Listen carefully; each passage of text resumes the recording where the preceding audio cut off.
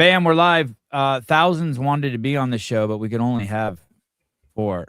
Brad Asaroff, Pedro White from Coffee Pods and Wads, Seth Page from Jump Ship Training, also from 4 in the morning, which is crazy. This week, we need to kill Taylor sponsor. You have a product. If we actually believe in it, we'll sell the shit out of it for you because we have the best listeners in the world. If we don't believe in it, we'll take your money. Yeah, we'll just make fun of you. So that's that. It's weird. Is this populating on the YouTube? You see what's going on, Caleb? I see comments, but something's happening. Oh, there we go. Yeah, there we go. It's live. Okay, there we go. All right. It's a fascinating cohort of women. I would describe the men as you know, I don't want to say it's the best field, but you know, when you go away to college and you're like, wow, that's the prettiest girl I've ever seen. Wow, that's the prettiest girl I've ever seen. And then your friends are like, I thought you said that yesterday. And you go, yeah, there's like 1,000 of the prettiest girls in the world here. That's the way the men's event is this year stacking up. It's basically like, wow, this is the best field ever. And someone might be like, well, this field was better. And it's like, well, this is just as good. I don't want to say that about, I can't say that about the women's field this year. This is not the best women's field this year, but I will say this. I think it is going to be the most interesting. If you're a fan of the sport, we are going to see the truth. I think we see a big changing of the guard happening this year. We see the older girls.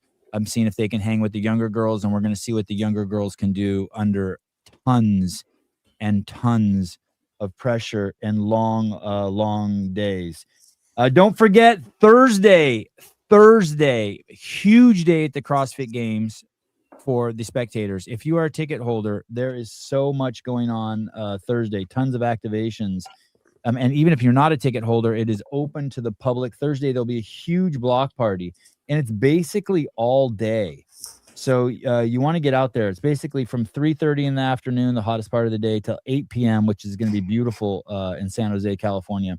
The big highlight is at 7 p.m. in Vendor Village. TDC will be doing the classic. The Dave Castro will be doing the classic reveal. That's usually where he gets up on a podium.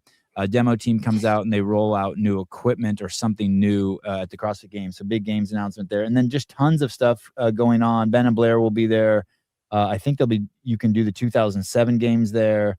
I think there'll be like the world's hardest mile being done. Tons of free giveaways. You don't want to miss the block party on Thursday. Also, like I said, if you want us to sell the shit out of your product and it's something actually good, and you give us some for free, especially Pedro, we'll promote the shit out of it. It's Saturday Kill Taylor. It's going to be a big one. I think the totals hit $2,000. Seth Page, welcome to the show. What do you think about this women's field? Could we see the list, Mr. Beaver? What do you think about this women's field this year?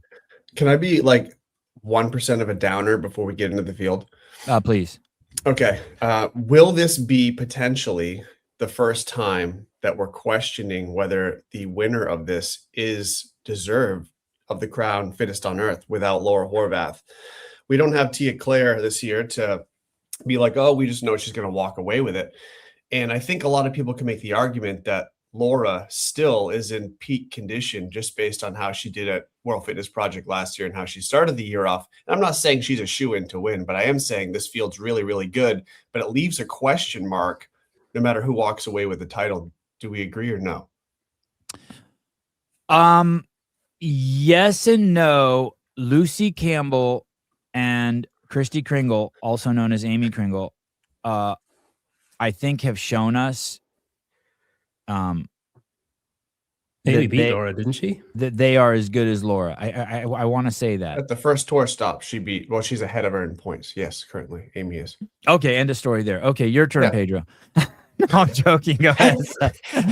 I'm not saying she'd win. All I'm saying is we're always trying to find the fittest on earth, and we've never had a year that I can remember that we're like, oh shit, I really wish this person was competing because that would change who's going to win. I don't think anyone's ever thought Laura was going to beat Tia necessarily. This is the first time someone might say, oh, Laura could beat X, whoever won Yeah, that. but she didn't do but she it. didn't. Like, No, I it's like agree. me, it's like I me agree. saying like, "Hey guys, I can do a backflip." I mean, I don't really feel like doing it right now, and then you just have to take me at my word, or be like, "Well, if he could do a backflip, I mean, that would change everything." But there's no way of knowing if I could or not because I didn't do it. She didn't do it, so it's I irrelevant. totally agree with you. I totally agree with you. All I'm saying is I wish that somebody who had a shot to win, whether they participate or not, is in the mix because you want to know against those people. That's all I'm saying. I agree. I would love it if Laura was here. The same way I'm very excited that Brent Yeah. was here, that Pat's here, and it would be cool actually if I think Fikowski had another good year left in him. All that would be cool. Let me ask you this: do you think Laura is when she competes at World Fitness Project, she's in CrossFit Games shape? Do you think do you think she could gets as fit as she possibly can still? Probably not, actually. I mean, last year she showed up pretty good for the finals and looked really sharp, but early in the season she did not look that sharp. She looks too happy. She's opening gyms and she's into high rocks. All perfectly great things. I'm glad she's happy. I'm glad she's doing high rocks. I'm glad she's opening gyms. But I also just don't think that she goes there. Why isn't she? Let's just dig into that one real quick. Why isn't she competing? Is this a frustration over how the Lazar Jukic death was handled? Is that what it all pivots on? Has she said that publicly? Like I can only speculate because I don't know. But yeah, why? it is just speculation. Like it's a safe assumption, but it's an assumption because she's never actually publicly addressed it. She works so hard. She's at the pinnacle of what she does. The fans love her. It seems like it's just as much of a statement not to come as it is to come. She can just come and then throw her nose up in the air if that was the issue. Right. I don't get I don't get why, or is it more like a Mal O'Brien issue? She just got burnt out on it. I don't think so. You think it is? Do you have any? Do you have any insights? No, just like the way that she stopped. Do you know what I mean? Like that she walked out of the games and then has never since come back, but has done Rogue and has done the World Fitness Project, whereas Mal hasn't done anything. Makes me think that it's not about the seriousness of the task, or it's not about the mental weight of doing the game season. It's about the whatever she perceives to be the moral conundrum that she's in. And she's landed on the side of, well, I walked out, I need to stick to my guns. Other people like Vellner and those guys have said, well, I need to see change. And now they're saying, okay, well, I've seen the change. The change that I've seen is enough. Even though I wasn't specific at the time, I've seen enough and I'm happy to come back. Whereas I think Laura's obviously waiting for maybe one particular head to roll, or maybe just some really specific change that she wants that she hasn't seen. So she's just like, no. And she's probably she's that type of person that's like, I actually just really don't care what anyone says or thinks. This is what I've decided to do, and this is what I'm going to do. I would add also she probably doesn't need this like a lot of other ladies need it. Like a lot of others need the exposure, need the potential for earnings. She probably doesn't. So she gets to I'm have a that Red Bull luxury. athlete. I have good sponsors and I still show up. You know, a lot of the athletes I've talked to really like the WFP because of the money. The reason why they stay in the game, like I spoke to Colton, why would you go to the next event knowing you can't win the whole thing? He says because he wants to get the pro card for next year so he can get the money. So these are clearly important things to them. I mean, they're important to everyone. I do want to say this. I have gotten very mad at my wife and not talked to her for a day. And when I say not talk to her for a day, I mean, obviously I still talk to her, but you know what I mean? Like, I don't come with Sev on it. Still like, I'll pick the kids up. You know, I'll take the trash out.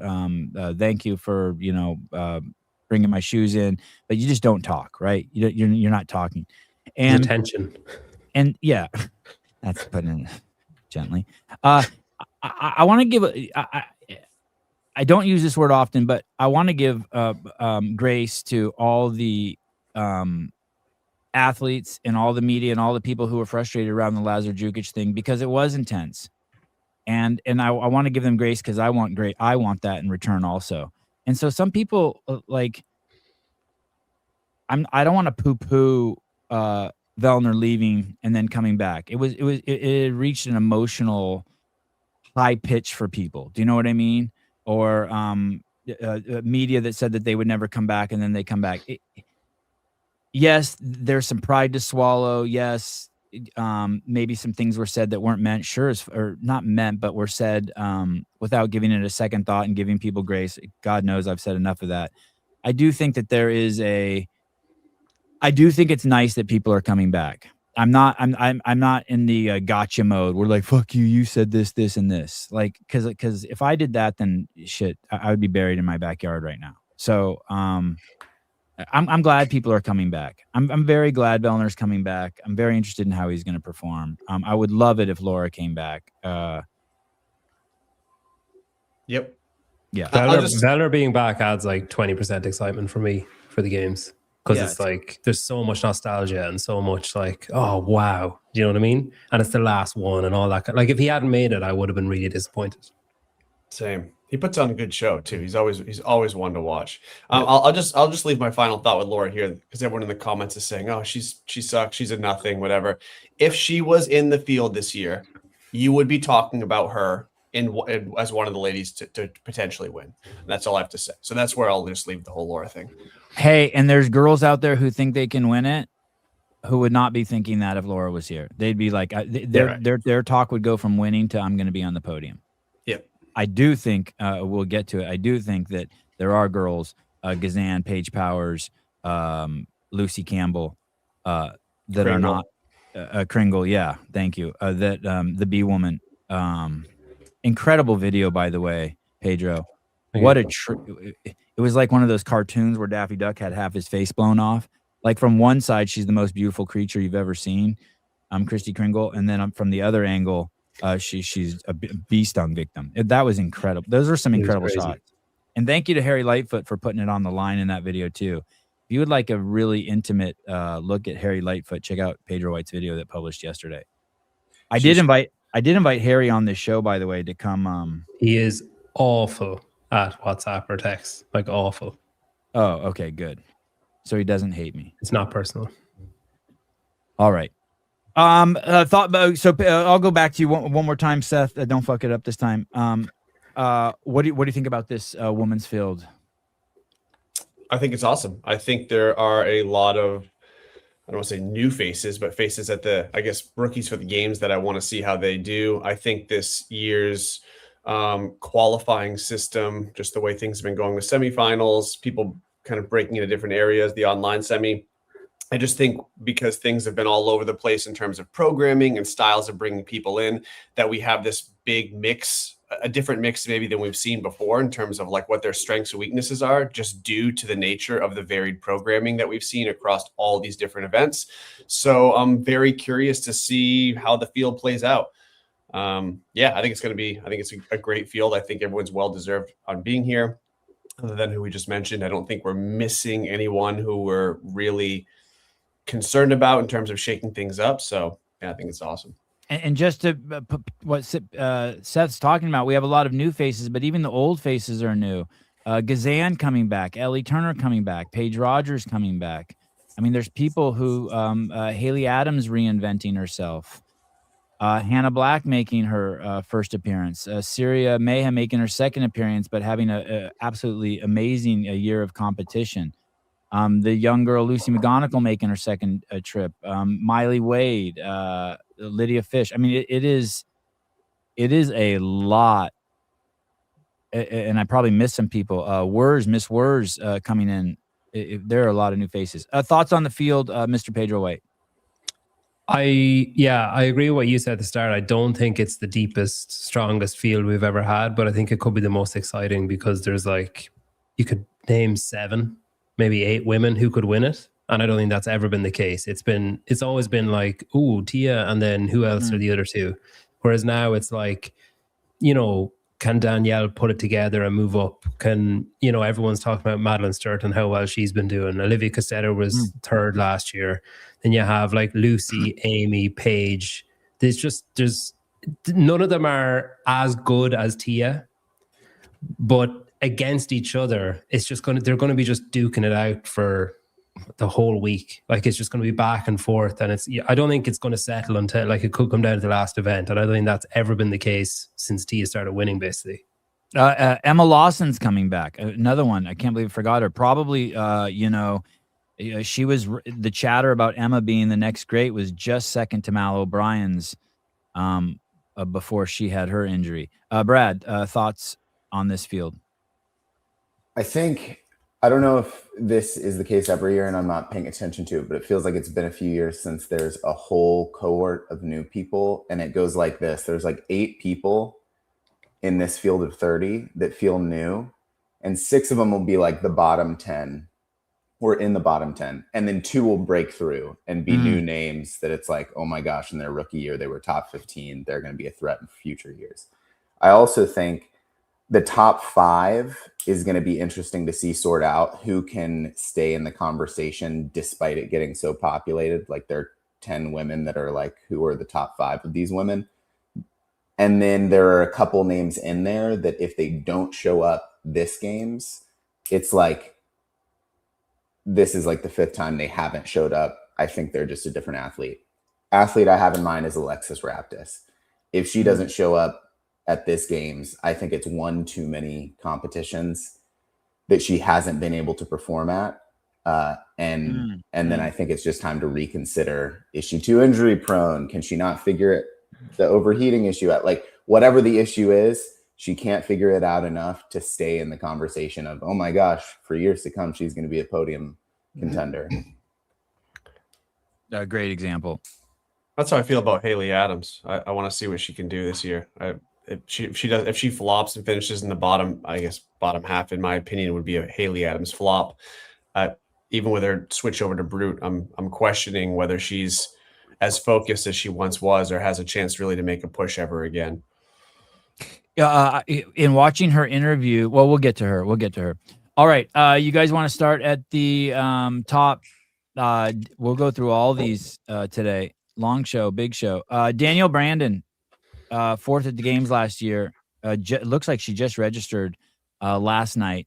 I don't think, from what I've heard, there was any drama there other than the fact that, some of us just don't open our emails. You know what I mean? We got other shit going on. I'm spending all my time on LinkedIn. She's probably just spends, most of her day on LinkedIn and didn't get around.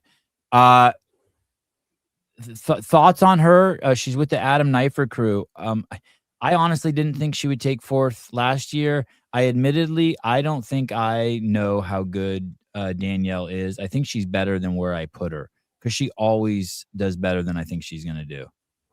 Well, with Danielle, we see that like her biggest hole is just kind of the raw strength side of things, right? And we know that actually the total is going to sort of benefit her in a way because the squat's not as valuable as it was last year, basically giving her a 0 last time she had to squat the games. And we also know she's been working with, Adam Neifert and Jesse Buffano, and Jesse's a strength expert. And we know that Danielle actually pulled out of some other events to focus on her strength training specifically coming into this season. So it'd be really interesting to see if a stronger version of Danielle keeps all her fitness and still is able to execute against everybody else. So that's what I'm looking to see if she got any stronger. Mr. White. Yeah, I think with all of her event, like she finished, was it last in one of the events last year and still managed to finish 4th. I think just every competition she does, there seems to be if she had just done this in this event, she could have won or she could have been, 3rd, 2nd, 1st. I think it was kind of the same at Syndicate. She had a rough start, pulled it together towards the end and just squeaked in. So I think if they can get her there and if she can get herself there in ready and primed to take it on and not have any major mess up or not have, like Seth says, some massive hole that's exposed because she hasn't been able to prepare something effectively or whatever, or close a weakness effectively, like she's definitely a threat.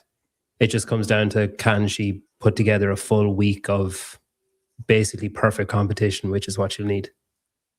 Mr. Asaraf. In the words of Rihanna, which I think is how Danielle Brandon has been, what Jesse Buffano has been training her in. That's the kind of Rihanna method. Sticks and stones may break my bones, but chains and bands excite me. And so she's been, to Seth's point, I think has she been doing some conjugate style strength training? That'll really be interesting to see. Have you seen that, Seth? Like, I know she's with Buffano, but I haven't seen any Instagram evidence of conjugate stuff. Nope. I haven't seen any chains or bands hooked to her barbells at all, unfortunately. Thank you for clarifying. You really added context there that could that could save me long term. Sticks and stones may break my bones, but chains and whips excite me. Oh, you had it off a little bit. You had it off a little I bit. know it's the Bafano translation where Wow. we take it conjugate. Yeah. Nice. But if she Dave. was smart, she wouldn't post that stuff anyway. She would keep that secret, you know? Yeah. Keep the trade secrets as people are pretty sure that coaches keep those from each other. So they don't want to share at training camps and stuff. Let me say this about the thing that really about Danielle Brand you have to remember. You cannot count her out. At Legends, she fought to the death at the end, and so at Syndicate. Do not count her out. She goes into Sunday in 5th place, and she's 100 points behind. Do not count her out, man. She's a fighter to the end. You also have to remember, and I'm open to debate on this, but she is she's the one that has the certain je ne sais quoi in our space. She has her own aura. She has her own. She's not normal. She's not like the rest of us. She's a unique creature into herself. We should be thankful we have her. It's a fun competitor to have in the field. One more thing I'll say, Sevi, Please. the 20 events that we have this year, there's a certain type of athlete that benefits, and there's a certain type of athlete that destroys, basically, because they're just not able to hang with that kind of volume. I think the more events we have, the more it favors Danielle. I think she can hang for a long time with some of the other girls. Will start to fade who are not used to being on the stage, being under that much intensity, being under that much volume. So I think that's a huge benefit for her as well. Yeah, she's a fighter, and some athletes, if you were to see them crying, you would be like, "Wow, they're out." If you see Danielle will cry this weekend, and it does not mean Should probably do win not the next event. Yeah, do not Recharging the battery. Do not mistake that as weakness. Next on the list, Eileen Wers came in. I didn't know this. A Brood athlete. She competed just last week and thought she was going to take the season off, and then a day later she gets the backfield spot because Gabby Magawa backed out. Hails from Switzerland. She's a CrossFit affiliate owner, so that means she understands the fundamentals. I'm going to guess she's a great mover. Former marathon runner. Found CrossFit in 2019. She impressed Dave so much that he offered her for a tryout to be on seminar team. A tiny, tiny lady, 132 pounds. And no spring chicken, 32 years old. Going to be interesting. Very positive attitude. I think very thankful to be there. But I'm guessing bottom 5 type athlete. First visit to the games.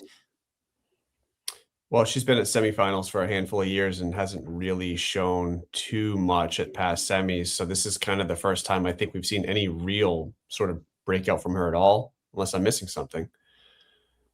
Yeah, No. I think you're right. Yeah. She has, I think she's like, she could get exposed by a couple of things. I think that's the issue.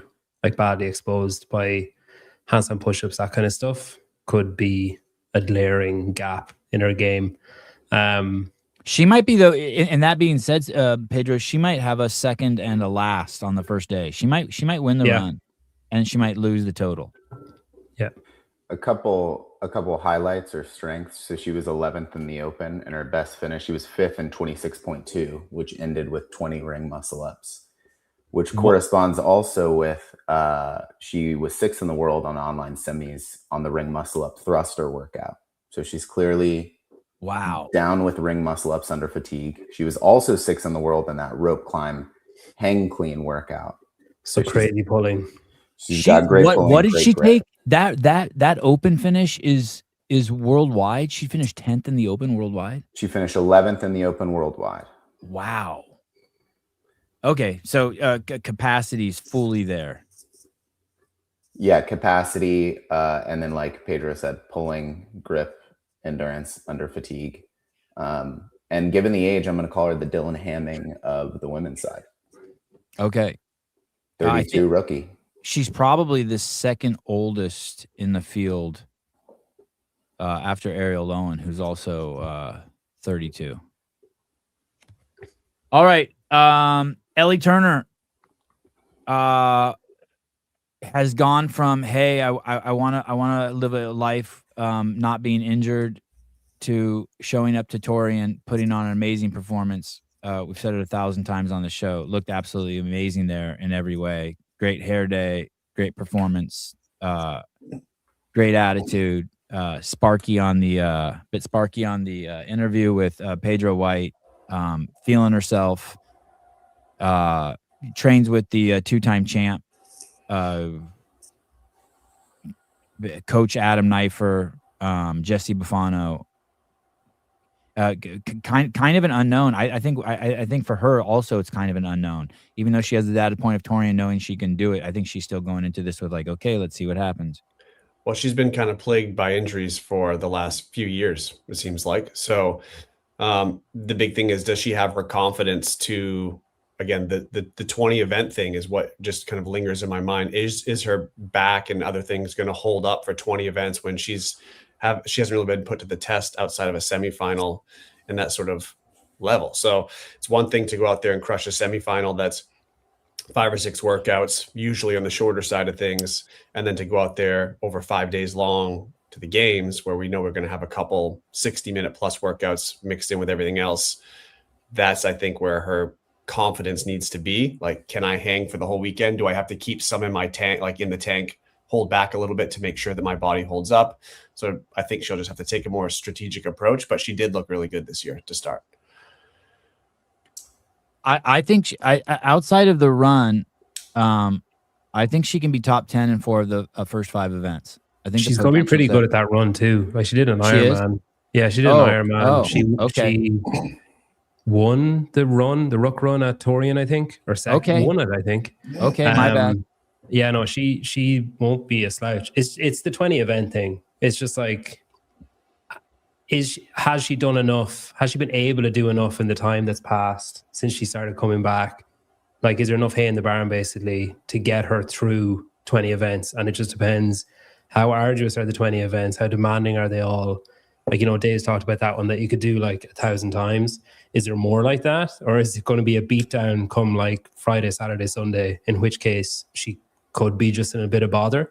But I think she'll do well in the run. I think like she could have an excellent games by her previous standards. Yeah, she could do amazing in the first workout. She could have an incredible total. And if you finish all first 5 scored events in the top 10, you're in a good spot.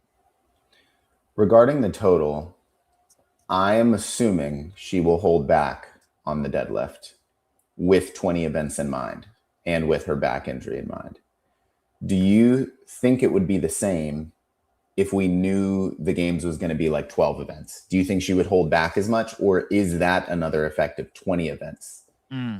Like, is she going to hold back even more? Well, Brad, she has Thursday off.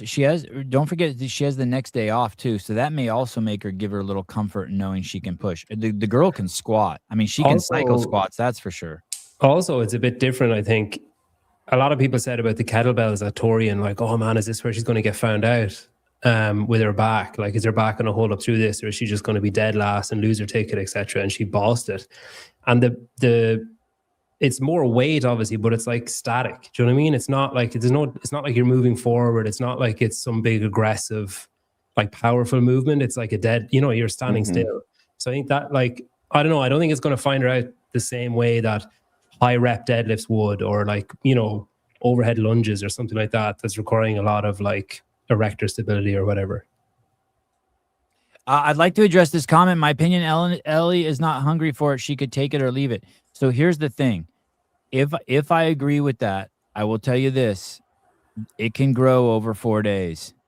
She comes out of it, and that may actually play in her favor. She shows up there Wednesday being like, dear God, thank you for letting me perform here. I can't believe I'm here after all of this I've been through.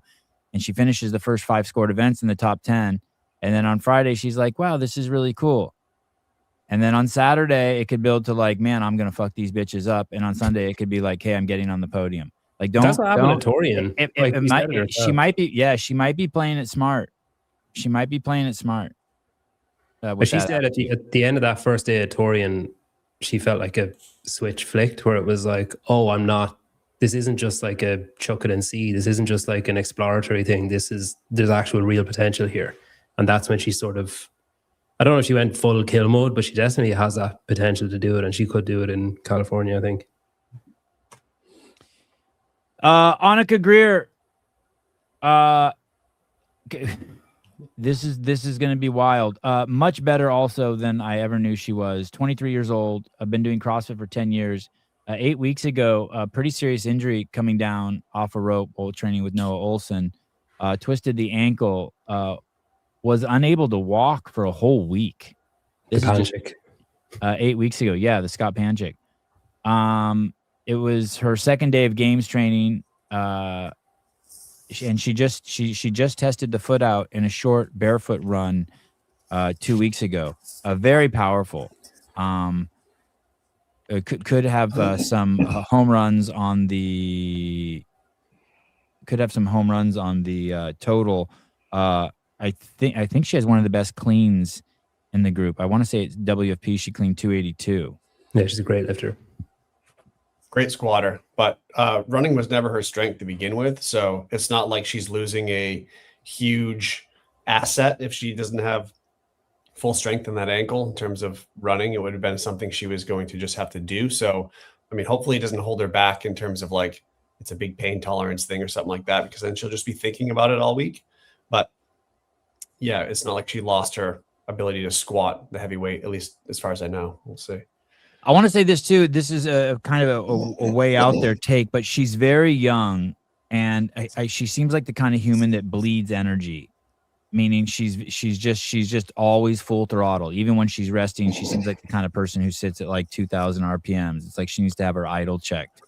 And with 20 events, I think the games is going to favor the Ricky Garrard type character quite a bit.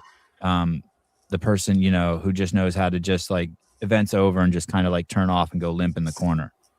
She's also been a little mistake prone in the past. She's not as experienced as some of the other athletes. So like her execution isn't always to the level that it could be with her fitness abilities.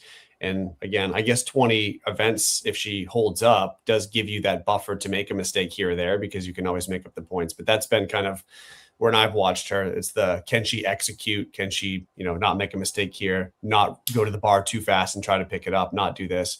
And so we'll see how like much her training IQ has kind of like progressed to allow her to pace things better, not make mistakes. That's kind of what I'm looking for. Seems very positive. I think she's gonna have fun. Regardless, very young, only 23 years old. Syria, am I saying her name right? Syria, yeah. Meha. Oh, wow. This girl is a competing machine. She does a lot. If you listen to her interviews, she is one. I think Sam Briggs maybe did this for a while too. She will go to pretty much any comp where there's money, and get on the leaderboard, if not win the event. She travels quite a bit. She has tons and tons of competition experience for how few times she's been to the games. Took her. She's very relatable. Took her 2.5 years to get her first muscle up, but she started competing after only doing CrossFit for 2 or 3 months. And so a real powerhouse, energetic, extremely well spoken. Who owns the training plan? She's with the training plan. Who is that? Is that Yami, Iceland Yami? Yeah, is that yes, Finnish? Yeah, who Finnish Yami? Okay. Yeah, Heinrich and those guys. So she has one of the best coaches in the space you've never heard of. One of the most knowledgeable guys, period, about CrossFit. Flow master, seminar staff, Annie Thorsdotter's coach. Pretty incredible crew. I don't know how she's going to perform. I do also think she's going to have fun. She's coming there to have fun. Wasn't there a thing last year? She arrived and it was like it was as if she messed up her taper, like that she looked exhausted at the start. And I remember like Hiller going to record with her at a gym, and that everyone was just like, wow, seems to have really misjudged this, or her coach misjudged it. So I think the fact that she's with Yami now, who just has years of experience to draw on, and can say, no, we don't do it that way, we do it this way. Like, she wins pretty much every competition she does. Yep. She knows how to win. She knows how to race. She knows how to like see out a weekend. So I think if you're looking at her positioning from last year, thinking, she's just going to whatever, I think she could be a completely different animal compared to last year, because if she gets it right, she's shown in the past that she can really execute well. She's making her living with prize money. She's doing a Luka Jukic around the Balkans. She won online semis last year. That's all I have to say. She very well-rounded, beat Alexis Raptis even in second place. And there was a lot of excitement about her. And then she came to the games and it was like, what the hell happened? And there was definitely something about burnout or not, just not preparing effectively, basically. Well, she was she pretty much made it known before, at least before she had her coach now, that she was like just a volume monster. That's how she was training. Volume. So if Yami kind of toned it down for her a little bit and focused on the things she needs to work on, that may not be the case anymore. But if she is still training to that amount of volume, again, I keep going back to this point, that'll be a huge benefit for her, like across 20 events. I just think that that's going to be one of the biggest. I know people are talking about it, but I can't overstate enough how crazy 20 events is on a body over 4 or 5 days. So someone like her who's just been doing volume for years and years and years nonstop, this will be relatable for her. When you hear her talk, it's like last month I was in Athens, the month before I was in Madrid, the month before I was in Rome, the month before I was in Moscow, the month before I was in Beijing, and you're like, you listen to her talk, and you're like, I didn't even know there were this many competitions. And then you look at the leaderboards, and like you said, she's winning them all. Yeah, it's like I got $7,000, I got $10,000, I got $8,000, every time. Taylor Self, she's a savage. Very high energy. Very high energy. If you want to see, that's the only one. Occasionally you'll interview someone and they'll start to make you swoon a little bit. And you see Dave, when she's talking, he's just like hypnotized by her. He's just chilling. He just throws little breadcrumbs down and she just comes like a flock of seagulls to it. She's amazing. I'm looking forward to talking to her. All right. Next up, Abigail Domit. Nobody knows. Maybe Seth or Pedro or Brad Asaraf know. Nobody knows how good she is. You listen to her talk, and there's glimmers of Matt Frazier and her obsessiveness to winning. She trains, reads, trains, eats, reads, trains, eats, reads. She is extremely focused. You hear her story, and the second she found CrossFit, she was hooked.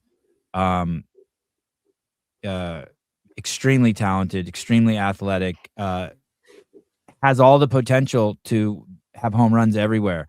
Big and strong, long legs, fast. I don't know what's going to happen. I'm not surprised if she's 15th, and I'm not surprised if she's 3rd this year at the games. Yeah, I think you nailed it. She's kind of a wild card like that.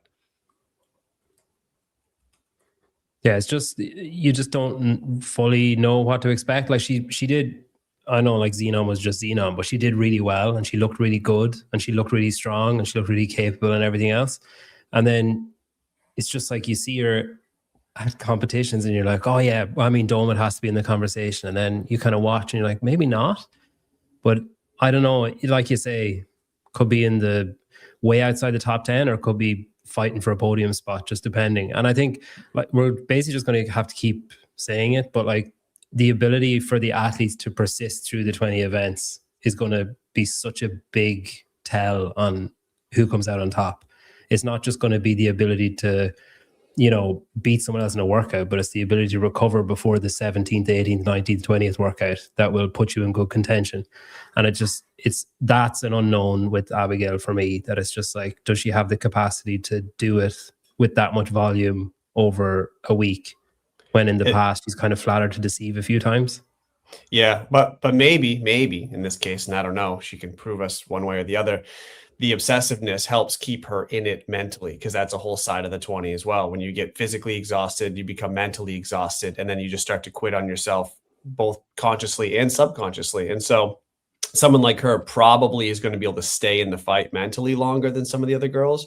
So maybe that'll be a huge trait for her. I think Abigail, as sweet as she comes across, has the ability to not only tell people around her if need be shut the fuck up, but she has the ability to tell her own mind to shut the fuck up. I think that she knows how to push things down in a way. And I think that whatever the opposite of mental midget is, that's Abigail Doman. I think she is I think in a competition like this, her mindset is like she's also got that Danielle Brandon, like, hey, I'm gonna fight till the end. Don't misunderstand. Good morning, Mr. Souza from CrossFit Livermore. What's up, guys? How we doing? Well, you pussies were sipping your coffee and pontificating on female athletes. Matt was making human beings healthier. Yes, sir. In the last 2 hours. 1 grandma at a time. I totally agree, Sevon. Earlier, you were saying this games with 20 events is gonna favor someone like a Ricky or or am I on the top to you guys? Too? Yeah, you're all right. Yeah, Okay, you got I the was like, spooge did on that you. just look okay? Yeah, It still looked weird. Yeah. Is gonna favor someone like a Ricky or a Colton who can just stay pretty stoic, keep the highs relatively close to center, the lows relatively close to center. And I was like, who is that in the female field? And I think Abby Domit's the first one that we've landed on that I've gone, okay, she kind of has some of that equanimity, as you would say. Nice. One, this is a bit of a sidetrack. We were looking at her doing back rolls to support and then forward rolls to support.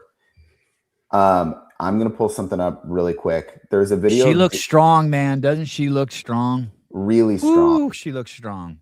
There was a video I saw yesterday of Dave Durant. I think it's Durante. Durante. As a linguist, you should. You only study dead languages. You don't. Yeah, speak them. that's Sorry. way too modern living. And look at how, I mean, obviously how smooth these forward rolls to support are, but I noticed, look how bent he keeps his arms, even in the rollover. Boom. That's how I do it. That's how I do it. I could be tripping. I have not, and then he's doing drills to train it. But in this first one, no, he's gonna go back down. But in the first one, yeah, I saw it. Keeping it entirely bent the whole time. I don't know if I'm mistaken here. I feel like I am not seeing people keep that bent of an arm through the entire rep. They've even invented a kit, Brad, where they pop up out of it. Right. They straighten the arm and then they send the heels out and down in order to get over, which is cool. Obviously, like you need to do that. We're not all like gymnast freaks like Dave, but is that he's plugging his boyfriend. One more from Cole really quick. Just quick break from Brad's monologue here. There was another incredible comment from Cole. God, where is that comment, Cole? I think it's this one here. Yes, thank you. Too many Jewish-looking fellows on this panel. Wow, you are must really feel left out, Pedro. Wow. Yeah, I'm all right. I'm okay with it. all right. Yeah, great observation, Brad. All right, Miss Gazan, another one. Last year, we had no Alex Gazan. Injury to the leg. For her, it was probably long. For us, it seemed very quick turnaround. It's an unsubstantiated question mark I have in my head on whether she's completely healed and balanced. And by balanced, I mean not favoring one side. Unsubstantiated, because why would I think that when everything she's doing looks amazing? Yeah, she could win it. I think she was bothered, but there was I could be reading into it. I am reading into it on Instagram, but someone, maybe it was Be Friendly or someone didn't have her winning it or something, or maybe didn't have her in the top 5. I don't remember, but I just remember seeing a comment with her being like, that's wrong. And I do think Gazan is coming to win. I think she was going. I think last year she had it in her head that last year was her big year, that she was going to really announce herself as having arrived as a perennial podium, if not champion. And she couldn't because she broke her leg. And I think that's just made her hungrier for this year. So I think like she's the first one now that we've come across that I'm like, yeah, she's properly dangerous. And I'd be surprised if she finishes outside the top 5, more so than I would be surprised if she wins it or finishes on the podium. Any weaknesses? If you had said Gazan had a weakness, does anyone want to point out any of her weaknesses? Overhead, snatch. And outside of that? Not much. Pretty much. No. It. Yeah, she's looking pretty good, especially with when you watch the semifinals that she did, the online ones, and like posted up some of her scores from that and just the way she moved. Like, she looks like she's going to be inside the top 5 for sure. And I think she's hungry for it. She didn't get a chance to compete. Like you said, Sevon, she had like a lot of hype going into it, a lot of self-belief, I think, too, not just necessarily hype. And, fell short of that due to the injury. So now I'm really curious as to see. But I think she's one of those people, too, that it could definitely go either way, because we've seen people come back from injury where we have like a lot of high hopes for them. And then the field just moves much quicker than they're used to. And sometimes it's hard for people to catch back up with that. I know she surrounds herself with competitors so she could keep up. She could, test that a little bit. But that'll be the telling sign. Like in those first couple events, if she's able to stay up with the pack and she is aggressive, then we'll know that that'll probably hold out for the rest of the weekend, as opposed to if she falls back behind, probably not quite up to that speed yet. Hard work pays off, athlete. Justin Kotler moved on over to the Matt Frazier lineage. She's surrounded herself with the best pedigree there is out there. Sorry, Brad, go ahead. I agree, Souza. I put her in at least close to Raptus territory, where if she doesn't show up this games, I'm tempted to go, is it one of these scenarios where there's just always one thing a little off, and so we never see like a true in a vacuum full potential that she seems to have?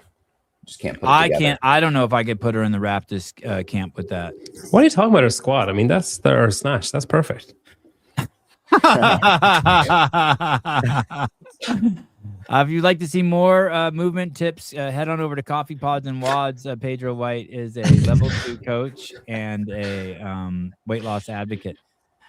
So someone said anything over 12 minutes. I don't think of Gazan as not being able to do long workouts. I do get suspect of all of that muscle she carries on her. Not because there's any truth to what I'm saying, but I just see it in the UFC and in the fight game. Guys who have a lot of muscle, their engines give out because those muscles demand a lot of oxygen. But we haven't really seen that from Alex, right? Have we seen her blow up and just hit a wall? I don't think of her as the type of athlete that happens to. I don't think she has a workout that you're like, oh, that's massive damage control for her. Right. Like, I think she's always in and around the top 10, top 12. Do you know what I mean? So I don't think there is a workout where you're like, oh, well, she's screwed in that one, that she's going to need to make up some serious ground before it or after it. That just doesn't seem to exist for her. And I think, like you say, she's joined HWPO with Kotler. She spent time with Fraser and whatever. So if there was any kind of mental weakness, I'm sure he would have found it and fixed it, or tried to, or made it worse. So we'll see what happens. But I don't know. I think, I think she's properly dangerous. Great video, Caleb. So there's a lot of Alex has posted a lot of snatching in the past, and we've seen some really ugly snatching from her. These do not look ugly. This is 165. This is not some of the horrible wide stance coming forward shit we've seen from her. Yeah, those look good.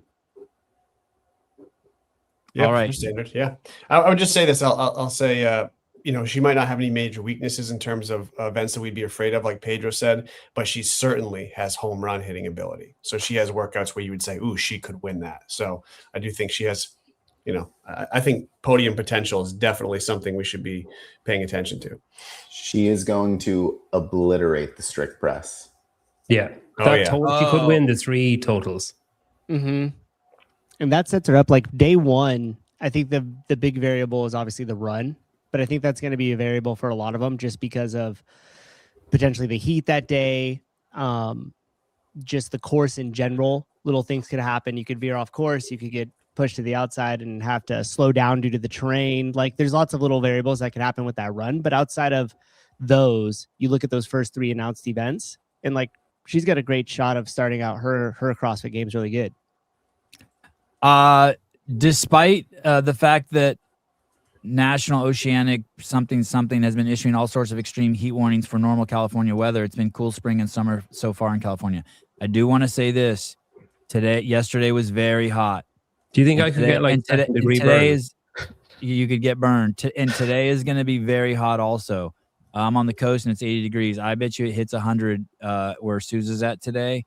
And there is a chance in San Jose it could get really, really, really hot. Now, you people in the South are going to be like, hey, fuck you. Or Seth is going to be like, what do you mean 90s are baseline here? But for California, it could get hot. 107 here today. Wow. And I think she's like Christine's in Fresno or something. Fresno, California. I legitimately might die. Yeah, we're not going to do DC hot. But Wednesday, if Wednesday is like yesterday, it is going to be, that's a long time to be outside 93 degrees in California, especially out at Morgan Hill out on that field. At least at the ranch, there's a lot of shade that they'll be running under. How's the humidity? We had our first kind of humid day 2 days ago. Wasn't that bizarre, Sousa? Yeah, it was. It was cloudy and it rained in the morning. And we had humidity. It was so weird. But last night, my house was 80 degrees. That's hot for during the day where I'm at. And last night was hot. At least Wednesday right now is only showing 78 in Livermore.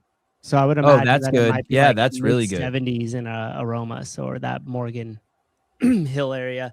So the weather should actually hold out pretty nicely all weekend right now. It's showing like low 80s, high 70s going into Friday. So in Livermore. In Livermore, right? Yeah. Oh, so okay. It'll be cooler out towards San Jose area. Yeah. But you never know. Okay. You never know. This is hard to say because there's so many. This is the athlete I'm most excited about. Paige Powers.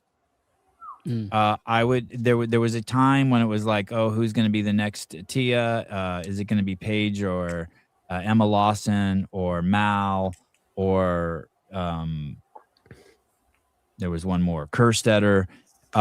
And then Paige went and got pregnant. She had that debacle with the games where she didn't make the games, which was very questionable. I would say not her fault necessarily. And then she got pregnant and she came back and she is very, very young, people. She is 23 years old. I think she went from last place at Mayhem Classic just after having her baby to first place.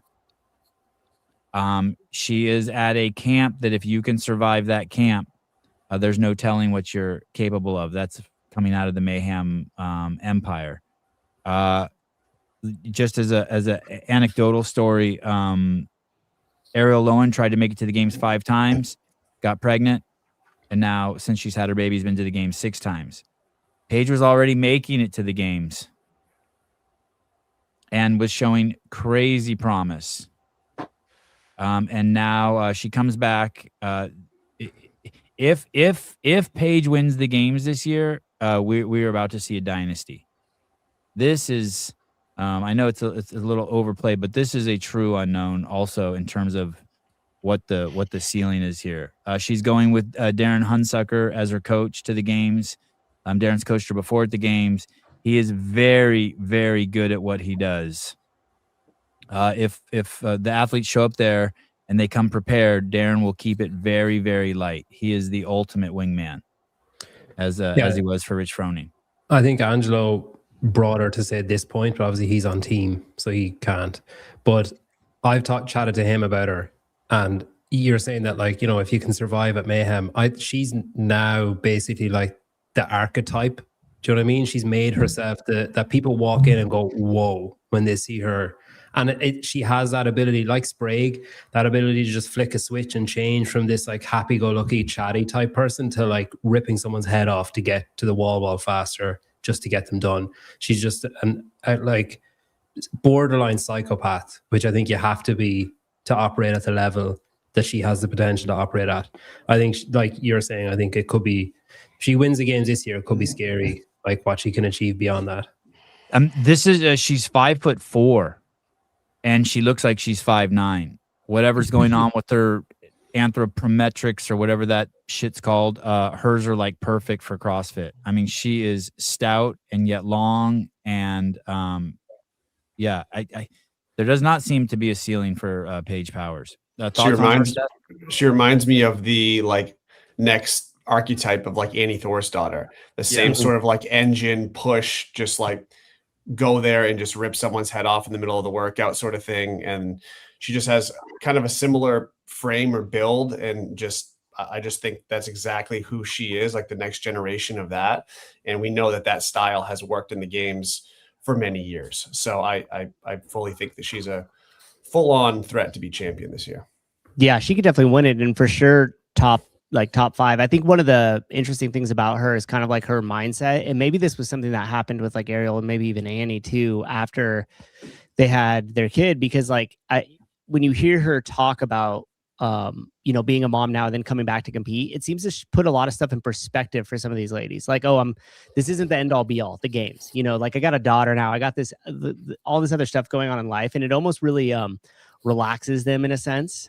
And the environment that she works out in, and then to watch what she did at Mayhem Classic, like she's got the mindset for it, which to me is huge. And I think she could, like I said, I think she could win, if not podium for sure. I think on that with the perspective and stuff, I think it also just seems to give them like laser focus, like when they need it, as in there's so much stuff going on when you have a kid, like there's so many plates spinning and stuff, that it's like, all right, I've got like 90 minutes in the gym. I have to absolutely end myself and make the absolute most out of that time versus like farting around for 4 hours. And, like she's not farting around. You're right. Yeah. And I think that tells a lot. I think that's why so many of the athletes who have babies and come back are so dangerous, is because they're like, I don't have time for any of this shit. I just need to win and go home. Yeah.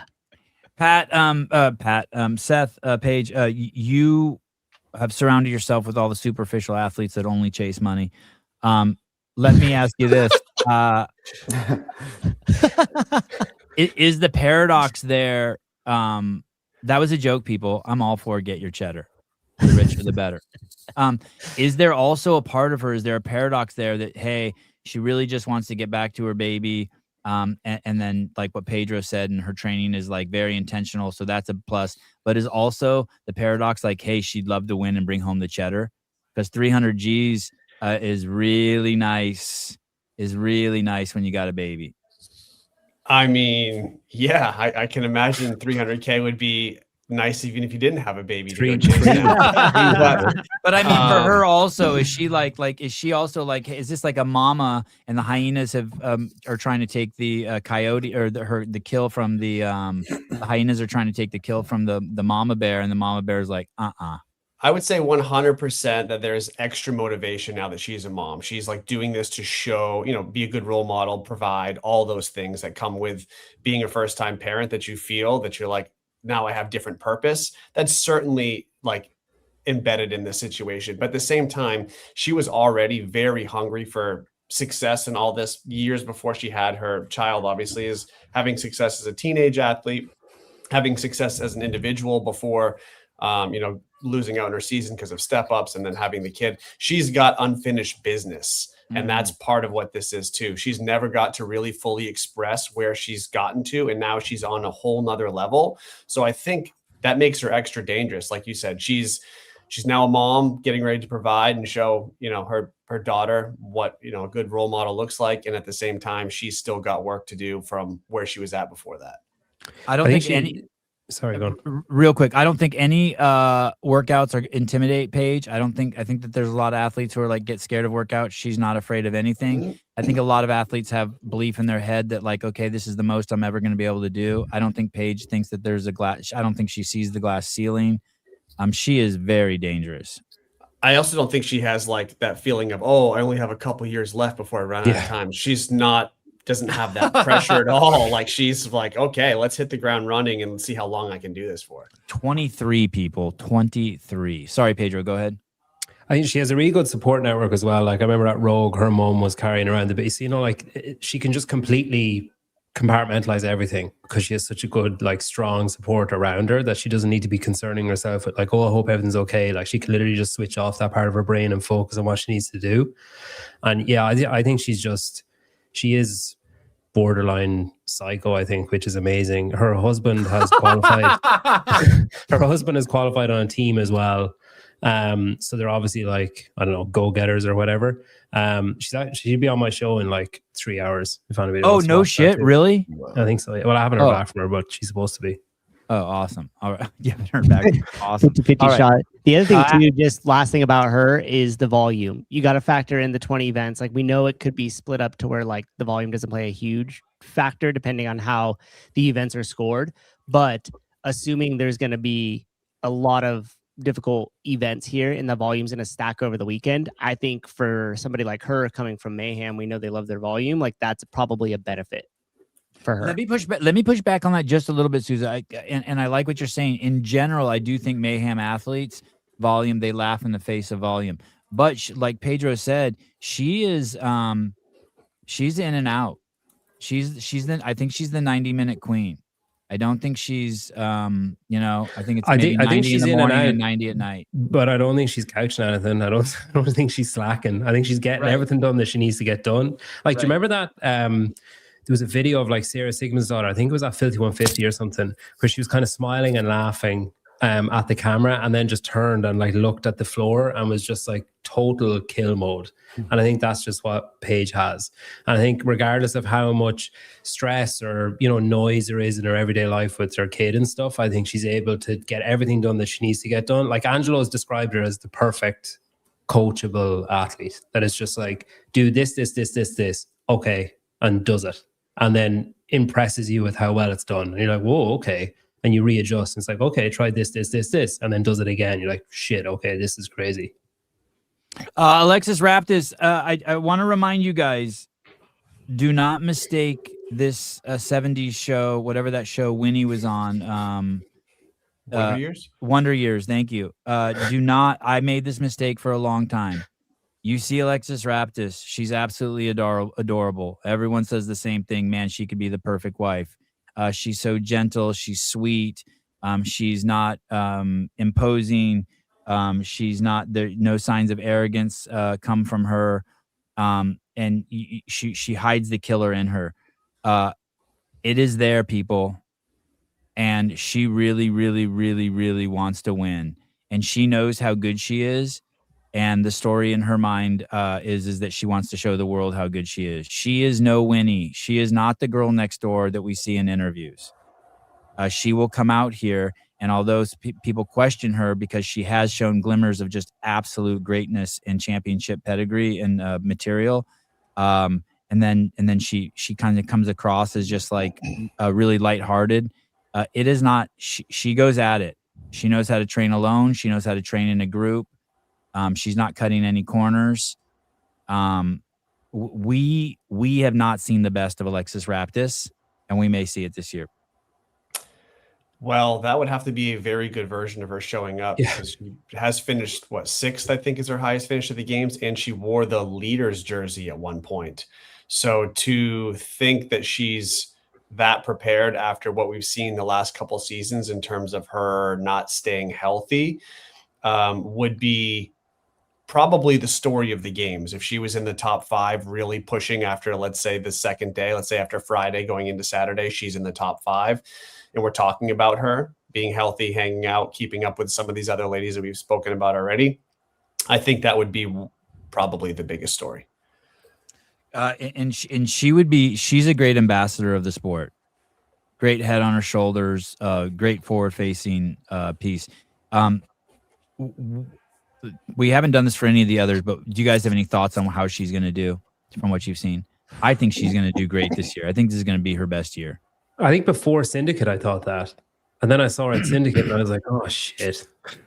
Why? What happened at Syndicate? How'd she look? She didn't make it, and she just didn't look good. The first day and a half, she looked really below average by any standards, like not even just her own standards. She just didn't look good. And then there was, she's talking about overheating, and she had been overheating like prior to that. And there was this whole thing about like, oh, what's wrong with her? And I don't know. It's just like, there's just too much stuff. Like there's just too much stuff happening with her that it's kind of like, you know, what's next sort of thing. It's like now there's a list of things that could go wrong, whereas with other athletes, you're like, I mean, if everything goes to plan, this could be great for them. And then with Alexis, it's like, wow, there's a lot of like, she has to dodge a lot of stuff just to get through the weekend healthy. Like there's the heat stroke stuff, there's the gut, whatever, like bacteria thing. And then that's a scientific term, I think. And then there's all like, oh, can she execute the workouts? Is her fitness up to scratch? Is she going to execute properly? Like all that kind of stuff. And it's just like, I don't know. I just worry about, I'm sort of on Brad's side of if she messes it up this time or doesn't execute properly this time or doesn't do as well as people think she could do this time, I don't know. Is it just gone too long in the tooth? Didn't she win the online semifinals? She did. She did. But to that point, because we own. have, that's what I say, since we have video of it, we saw that there was a lot of advantages to being on home turf with your support system an arm's length away from you versus what would be experienced just at the ranch on the trail run. Where from what I heard with what Dave was putting out, like there's no coaches, nothing, right? Like they have to just ship them over there. They do their thing and then they come back. So with that being said, what do you guys think about her potentially being like this generation's Sarah Sigmund's daughter? Like Yeah. just this massive potential, like does these things where you're like, oh, yep, this could be her year, where she just like absolutely crushes certain events or like the semifinal, and then gets to the games and little things just start to stack up, kind of like the stuff you guys were talking about before. And next thing you know, mentally, physically, she's just kind of out of it. Like, I don't wish that upon her. I like Alexis a lot. Like I would hope that when we see her at the game, she just absolutely dominates that first day and things are going really well for her. So we could actually see what a fully healthy, ready to go mentally, physically Alexis Raptis looks like at the games. But I just kind of get that vibe a little bit from her. Wow. That's a really good observation. By the way, she's 27 years old. I want to say the average, I heard Dave say, for women is 25 and a half this year, the field. And for the men, the average age is 27. And there'd be a couple bringing that average like higher than, you know what I mean? Like Ariel's older, Aline Wirtz is older. Like they'd be bringing the average up a bit. So even if you just remove those two, the average is probably significantly lower than 27. Right. She made a post. I put it in the private chat. She made a post referencing her overheating, and I think it's extremely reasonable to consider it an issue and to think she's going to have a hard time with it, or that at least there's an unknown. But Fikowski came to her aid in the comment section and said that he had a similar overheating situation in a semifinal in, I think, 2021. Yeah. In 2021, I bought a portable air conditioning unit to make my home gym an ice box for online semis. Then at the games a few weeks later, my best events were in the heat. So yeah, I think you can manage fine. Interesting. So I don't know. That was interesting coming from a veteran. Obviously, it's fun that she leans into it in this post. That's cool. At the same time, I don't know. It's like if you're having a hard time in your home gym in Michigan, I think it was Michigan that they were. And in Syndicate, though. And Syndicate inside a big dungeon, then yeah, I don't know. Outside in Aromas is going to be pretty gnarly. It is her potential was very, very high. I think that would be sad if it ends up going the Sarah Sigmund's daughter's route. Yeah, and one thing I'd like to know, because like Doses says here, like Sarah podium twice, Raptis has never been a threat. Not sure that's a great comp. Oh, she's been a threat. She's always a threat. And the thing is that like there's a setback. She looks good coming into the season. She goes to the first major competition. Little things start to happen. She has to pull out. And like we've seen that kind of occur. So that was the comparison, not necessarily their acclimates or ranking across the field, but just this big like, oh, something happened to her. Oh, she looks really good this offseason. Oh, she won this thing leading up to the games. And now she's rolled out due to some sort of injury or a stacking of a few. Hey, listen, you're like poo-pooing Sarah Sigmund as if it's she got a Buick, man. I mean, She does have a Buick. Oh, look at this. Look, Taylor Self has reached an all-time FOMO level. He's agreeing with Pat on here. I'm leaving out an apostrophe. God damn. Wow. That's good. That's good. I can The just school see him the school seething at teacher home. the school teacher has spoken. Okay. God, I want to take back everything I started the show with, because as we go through these one by one, I'm so excited by so many of these ladies. Madeline Sturt, crazy journey. Go ahead, Brad. No, Go ahead, I'm get your sorry. last thing in about I Alexis. wanted to declare Raptis is 7-12. I think she's 7-12 in the games. I think she Okay. hovers right around that top 10. Brad's not scared like the rest of us. He puts it on the line. Big Sunday push for Alexis. Madeline Sturt, wild. One phrase sums up Madeline Sturt: self-belief. It is in full blossom. Made it to the games 2 or 3 times, then took a big break, a break that probably no one thought she would ever come back from. She was in probably the toughest division to qualify for the games out of, being neighbors with the great Tia Claire Toomey. And then now she's made it. I want to say this is her 3rd one in a row since she's made it back. Every year she's gotten better. She's training with arguably 2 of the best males in the sport, and maybe one of the best to ever do it is Enrique Garrard. Her coach is Shane Orr, who coached the great Tia Toomey. She has not let her size stop her. She's not a large individual by any means. She's 29. I think Maddie is a potential for the podium. I think she could surprise some people. Yeah, proven or really I don't know if excited it's about her. surprise. I don't even want to say surprise. I just want to say I just want to say she's potential for podium. Proven or really excited about her. I think rightly so. Like, since she was good, like she was very capable, and then Shane started coaching her and Jay, and the 2 of them improved so drastically. Like, it's crazy how much they both improved since they started being coached by him. And she, to me, is obviously, she's genetically blessed. She's really fit. She's worked really hard, etc., etc. But she's surrounded herself. You know that thing of like, you are the 5 people that you spend the most time with or whatever. Like, she's surrounded herself with people like Jay, people like Ricky, Shane, Tia, going over to Nashville, spending like more than a month preparing for the games. I think she's really dangerous. Well, she's in the same as Alex Kazan for me. They say, in the Mason startup video when he was interviewing Jason Hopper, Jason was like, "Yeah, Matt used to say, hey, it's all between the ears," and I call bullshit. And then as I've gotten older, I realize it is all between the ears. That's, I think, what Maddie's going to show us this year, is that the space between her ears is second to none now. Wait, what's wrong with that? Is that funny? The space between the ears? No, I'm laughing at something else. Sorry. What? Tell me. No? Just a comment. Oh, okay. So I think the space between the ears. I think See the comment now. Is that what? Yeah, listen. she Stop. mentally No she's funny capable. comments. No funny comments in the chat, please. This is a serious show. Yeah, I think we're going to see. I think Pedro nailed it. The 5 people you hang around. I think that's a good way to sum it up. Top 10? For sure, top 10. For Top sure, Top 100%, 5 maybe. 100% top 10. She's probably the one that has the highest potential that gets talked about the least. Of Yeah. finishing high. So yeah, she's up there. She's not a big mouth. She's not a big mouth. She's not a camera hog. She's you should be, Maddie, by the way. You should start doing that. The window's small. Be a big mouth. Yeah. You should do it. Go for it. Put it all out there. Start a podcast.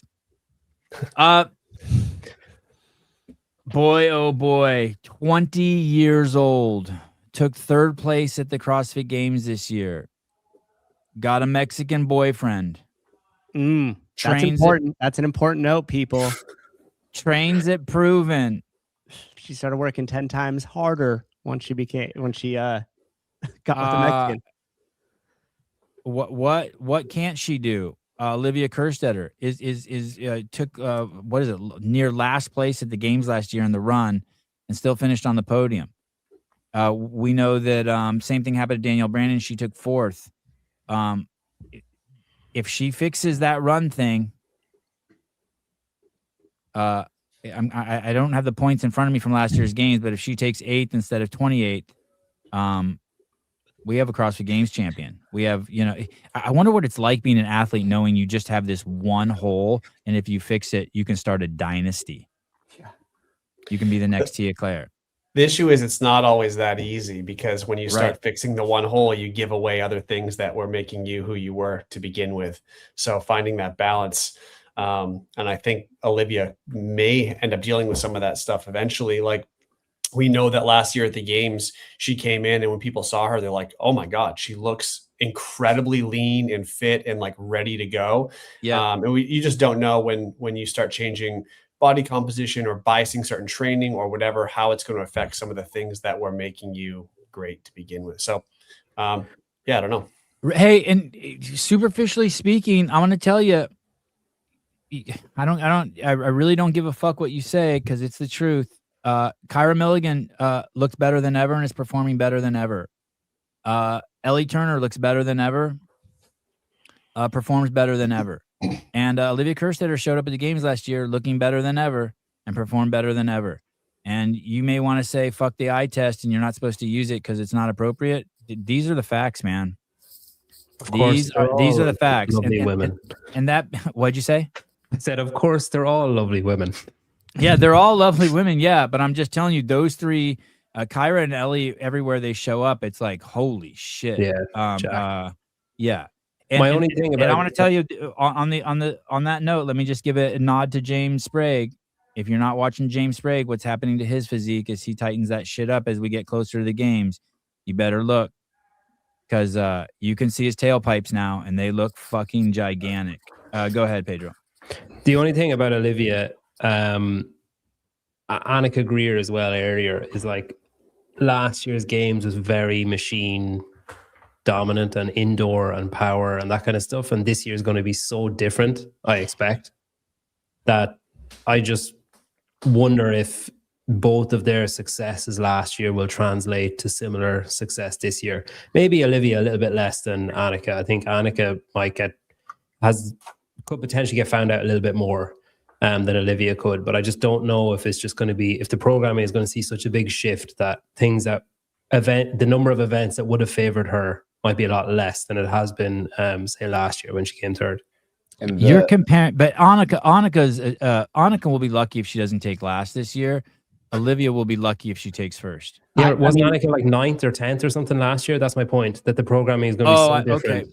Yeah, she was 9th last year, but I completely agree with Peter. Like, I think if we are outside doing things like with the pig, the snail, these kind of weird things, and you couple it with like a run or something, you take away her biggest strong suits, which is like the machines and the weightlifting. And so when you came from a games that was predominantly weightlifting and machines, in what it looks like, we're going to shift to this games, which is going to be way more traditional game style programming with elements of the 20 with the past events in there. I don't think Dave's taking past events.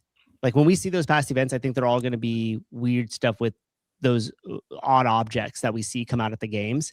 And I just don't know if her skill set is going to allow her to excel in that programming environment as much as it did from a third place when it was machines and weightlifting. Like, we know she's strong. We know she's got a high output, power output, but will that translate over, to other things outside? I think we're going to know by event 2 how she looks on that trail run.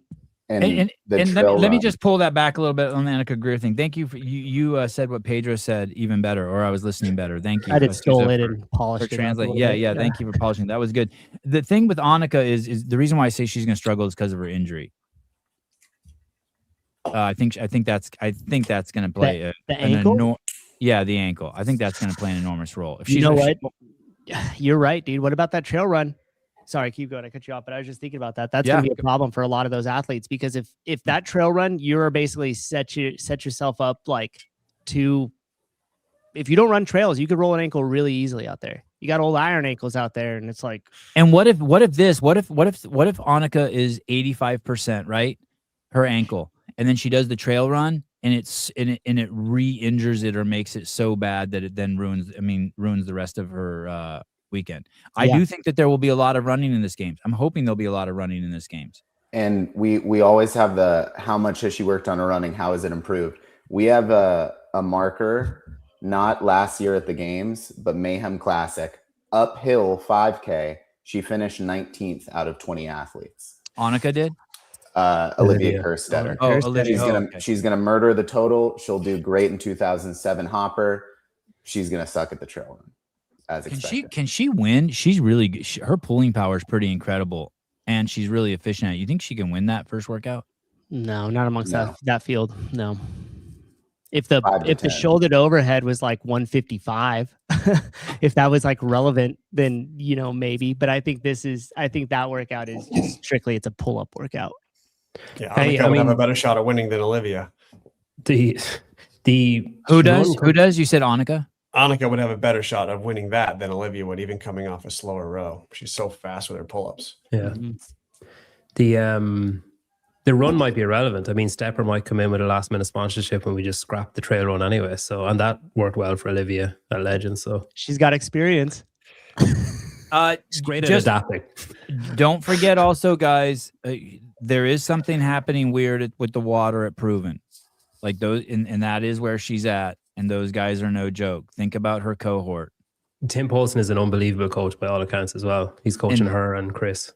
And very positive. You got Colton Mertens, Jay Crouch, Ricky Garrard, Gracie Walton, Chris Ibarra, obviously Tia's there, Madeline Sturt, Lucy McGonigal. It is a I'm probably forgetting someone. It is a she's with people. In her head seems extremely well put together for 20 years old. Kerstetter. Yeah. All right, Erica Folo. Wow, I didn't realize how long Erica Folo has been around. Tiny human being, 5'2", ran track in college, the 100, the 200, the 400. Also did the long jump. Incredible with thrusters and barbell cycling. HWPO athlete, hard work pays off. Tough year. She had mono for 6 weeks. And her doctor told her, do not do the quarterfinals. And she did not listen and did the quarterfinals. She qualified only after doing the online semifinals. This is her rookie year. She's 25. This is going to be interesting. I do think she has some home run potentials, but I think it's going to be a very long 4 days for her. Yeah, she always looks so good, but then I mean, I just think of the most recent memory of her that I have in competition was Crash. And like she looked awesome, but then when she started doing the events at Crash, it did not look awesome for her. So I'm hoping she feels a little bit better. I think she's got incredible potential. Just will we ever see that translate out on the competition field? On Sevon's aesthetic visual scale, she's leaned up a lot since Crash, because she was absolutely yoked and then sort of went through this like off-season period, I guess, or whatever, and now she looks like really lean again. It was called mono, dude. She was just sick for a month. I know, that's what I was thinking. Well, even in October, it was like, okay, she doesn't look the same as she did. There was a change. Do you know what I mean? By the way, if you're doing those hurdles, your coach should be telling you to alternate sides, right, left, in order to build those connections. You don't just keep doing the same side. Think she got mono playing beer pong? I don't know, just throwing it out there, you know.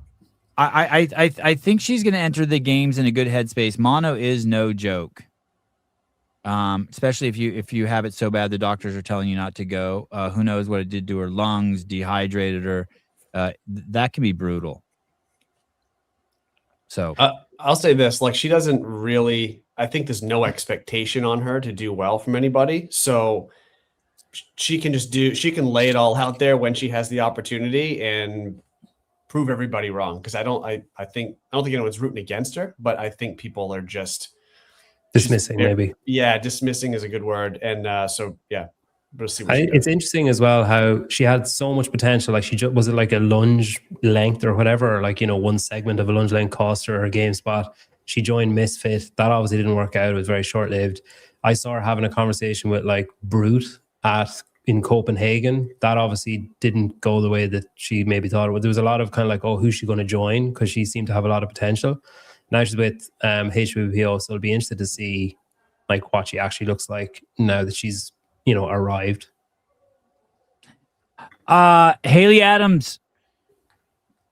I guess I was going to say originally from the Mayhem Empire, but maybe originally from Brute is what I hear. And then longtime Mayhem Empire athlete, took a year off, came back, had a year that seemed like she was just like getting back used to the water temperature. I don't think anyone lost faith in her. I think that they just saw her as reacclimating. Incredible runner. She's back at her home gym where she originally trained at, called Training CrossFit Hightown. Coach L is her coach. She made a big change. This is her 10th games, people, and she's only 25 years old. She trains in, That's obviously, crazy, isn't it? It's crazy. Yeah. Trains It's and dates wild. Austin Hatfield. One of the athletes that I'm going to enjoy regardless of how she finishes, but truly I think no one knows. I don't even know if she knows. It's going to be very curious to see who shows up. She seems on one hand very at peace in the interviews that she's done, but on the other hand, I'm guessing there is a lot of turmoil with the fact that she's had to make that big decision to leave her cohort at Mayhem and go back to her original gym and get a new coach. Can I just not to derail? I gotta go. So if Taylor wants to come on and take my spot, he can rest his fingers, and you guys can like just not talk for 15 minutes while he waxes lyrical. Can I say something? Can I say something? Please, for once, can I speak? Can I say uninterrupted? something? I think Amy Kringle, Lucy Campbell, or Paige Powers will win the games. Thanks for having me. Thank you. Later. Coffee Pods and Wads, Pedro White, Paige Powers will be on in a couple hours. Hogtown. What did I say? Did I not say Hogtown? What did I say? CrossFit Hogtown. Hogtown, not Hightown. Thank you.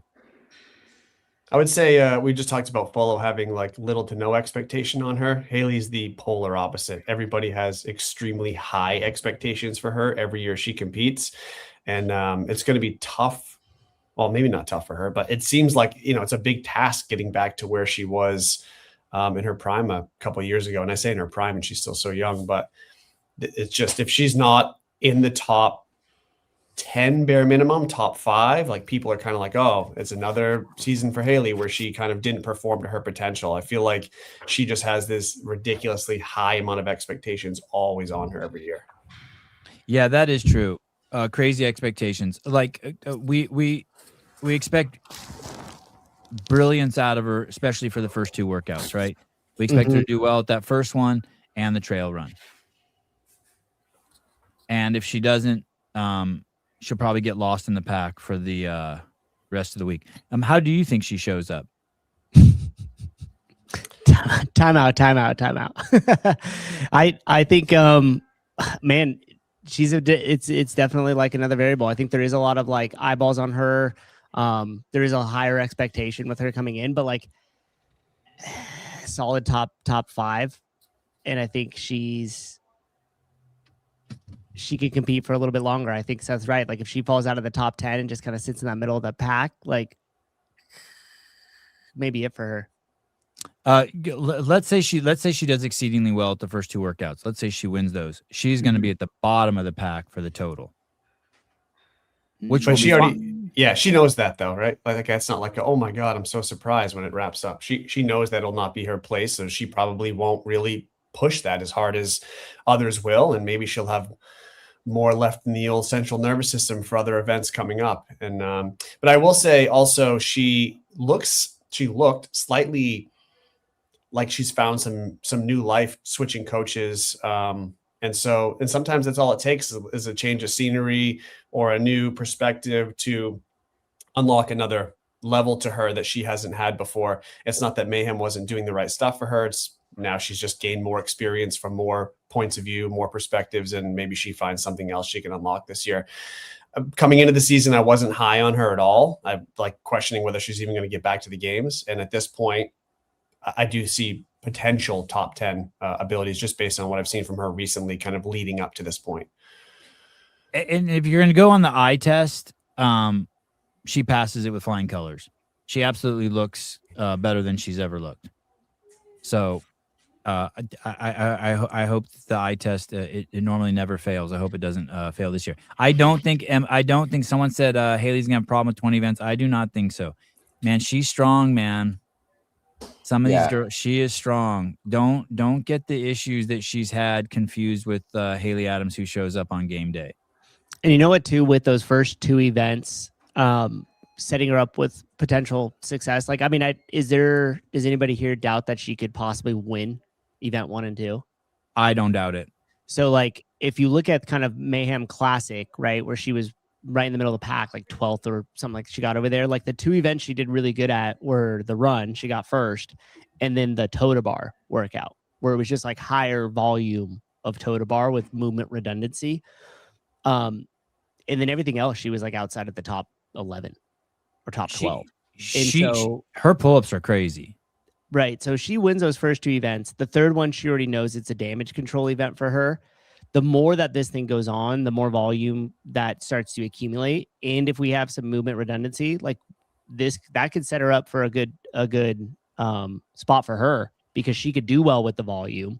We saw that she excelled with movement redundancy inside Mayhem Classic.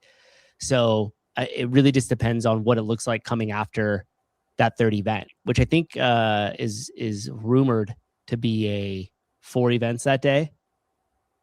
So if they go day one, I think there's going to be 2 more events after the total. I think there'll be a bike and a swim. So the swim could fare well for her. The bike, depending on how that's set up, could also do well for her. So like if she comes out of day 1 in a good position mentally, I think that would give her a boost going into the games. And as we start to see the events stack up over time, she could handle that volume, and that just might help continue to give her that mental boost. Yeah, volume is not going to be an issue for her. No. She was built on volume. So as the 20 event games plays out, she is uniquely suited to handle 20 events over the course of 5 days. Yeah. Okay. Holly Tynan, Irish, comes across as very self-confident, entered the French Throwdown and the Madrid for semifinals. I don't think she qualified there. I think what ended up happening is she was 8th in the online semifinals, and then after penalties, she came in 5'6". I think this was her 4th year at semifinals. Finally crossed the hurdle and made it to the games. Athletic, played sports as a kid. There's some national game called, I don't fucking know what it's called, but the Irish ladies have their own special game. She said it like 5 times in the interview. I couldn't understand what it was. Level 2 coach. So she knows she's got the fundamentals down. Wow, that looked good. She over-rotated. Wow. Very talented. Her coach is a second to none, Rob Lawson. I bet you he's a level 4 seminar staff.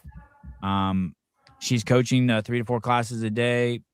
It's gonna be interesting to see her debut. She's being thrown to the wolves and put in the fire. She was 5th in 26.2, the ring muscle up, 20 ring muscle up workout. And she was 4th in the world. This is now semifinals at the rope climb workout, 7th at the row deadlift burpee box jump over workout. She bleeding in that photo? I think that's like some sort of help me breathe contraption. Okay. She I was confused. I wanted to ask Peter what language she speaks. Yeah. She has an Irish flag next to her name, but her coach was talking about back in Scotland in the French Throwdown video. So I don't know if she currently lives in Scotland or works out in Scotland, but I can't remember. She said in the video, but I think Rob Lawson, her coach, is definitely Scottish, or he's somewhere on the Big Island. Okay. CrossFit Aberdeen, I think. Oh, is that where it is? I think that's where she trains under. Yeah, Rob, I In believe. the French throwdown video, she it was cool. She crossed, I think it was event 2 or 3. She crossed the finish line, and camera went up to her, and she said, "I'm not just here to play anymore. Like I'm." She was like, "I'm here to compete." She was super fired up. So it'll be interesting. That's obviously at a semifinal that she's been to a couple times. Yeah, I mean, this is amazing opportunity to just go to the games and see what it's all about without all that pressure. 25 years old, little below the average age. Next up, Fuliano. Oh wow. Okay, so she can go to the hurt zone. That was Being great. a That was great. Okay, so we know 10 to Holly 2. can hurt. Yeah, that's dark. That's dark. Being ministered to. That's good. She doesn't own the affiliate, right? She just coaches like full time Coaches there. Yeah. Okay. Fuliano. Who knows? Who knows? Has some home run potentials. I want to say she took a year off from the games. She's WFP, right? Participant. Is that correct, Seth? Has shown some glimmers of greatness in certain workouts. She's maybe even won an event at the games, I'm guessing. Small in stature, 30 years old. I think she took 20. Was she at the games last year? I want to say she took last year off. I'm checking now. In her early career, there was talk she was not there. She was not Okay. there last year. Yeah. And I think there was talk of her after her first games being her last games because of some problems with arthritis. Those seem to have gone away. Don't know much about her other than when she does have her events, she's a problem. 3 years at the games. Highest finish was 2023, 20th, but the others were 35th and 39th. Do you see? Has she won an event at the games? Do you know? I don't know. Let me scan. All right. Taylor Selfie says you can't coach that much and recover. I agree with Taylor. Like if she's really doing like 4 classes a day, even if she's like taking 4 classes in a row through the afternoon, like that's a lot of demand. And like to be able to excel at the games, I really think it needs 100% of your attention. And like to coach those classes and still try to get her volume in, the recovery in, her eating in, like just all of those things. That's tough. It's like working a full-time job. Unless she's a really bad coach and she just like does mobility after she talks at the whiteboard and hangs out the whole time, because there are coaches like that. So not saying she is, but she finished second in 2023, second in the inverted medley, I'm assuming, to Danielle Brandon. And then there was another skills medley in 2022 that she finished 5th in. Those are her like far and away her best finishes at the games. Okay, so on her hands, she's dangerous. We see the handstand walk and probably handstand push-ups too, I'm guessing. Okay, Amy Kringle. There we go. There's one. No one will be surprised if Amy wins. Beat Laura Horvat at WFP. Seth, thoughts on Amy Kringle just exploding? that's it. I mean, the last 2 years, she has been full force coming up, just crushing everything she's been put in front of. And I think with her, she finished, I think, second last year at WFP in the finals. She's winning right now this season. She has the highest point total after the first tour stop. But her strengths in terms of her athletics really favor the games. She can do a lot of volume. She's a hell of a runner, and she transitions fast. So that's one of the biggest things at the games is it's not only the way that the movements interfere with each other, it's how fast you get back and forth from movements, the way the floor sets up. Like that's why James does so well at those things too, going from movement to movement, transitioning. There's basically a run in every workout, so to speak, at the games, and it's because it's that shuttle between things. That is one of the things she does so well, on top of being good at every other element of fitness. I can't even think of a single weakness that I've seen her have in the past year and a half. And she sets the gold standard for the eye test. She looks like full on Formula One race car. It is interesting to note she came into the sport for years, and strength was a huge issue. You would never see her, do well unless there was a ton of running.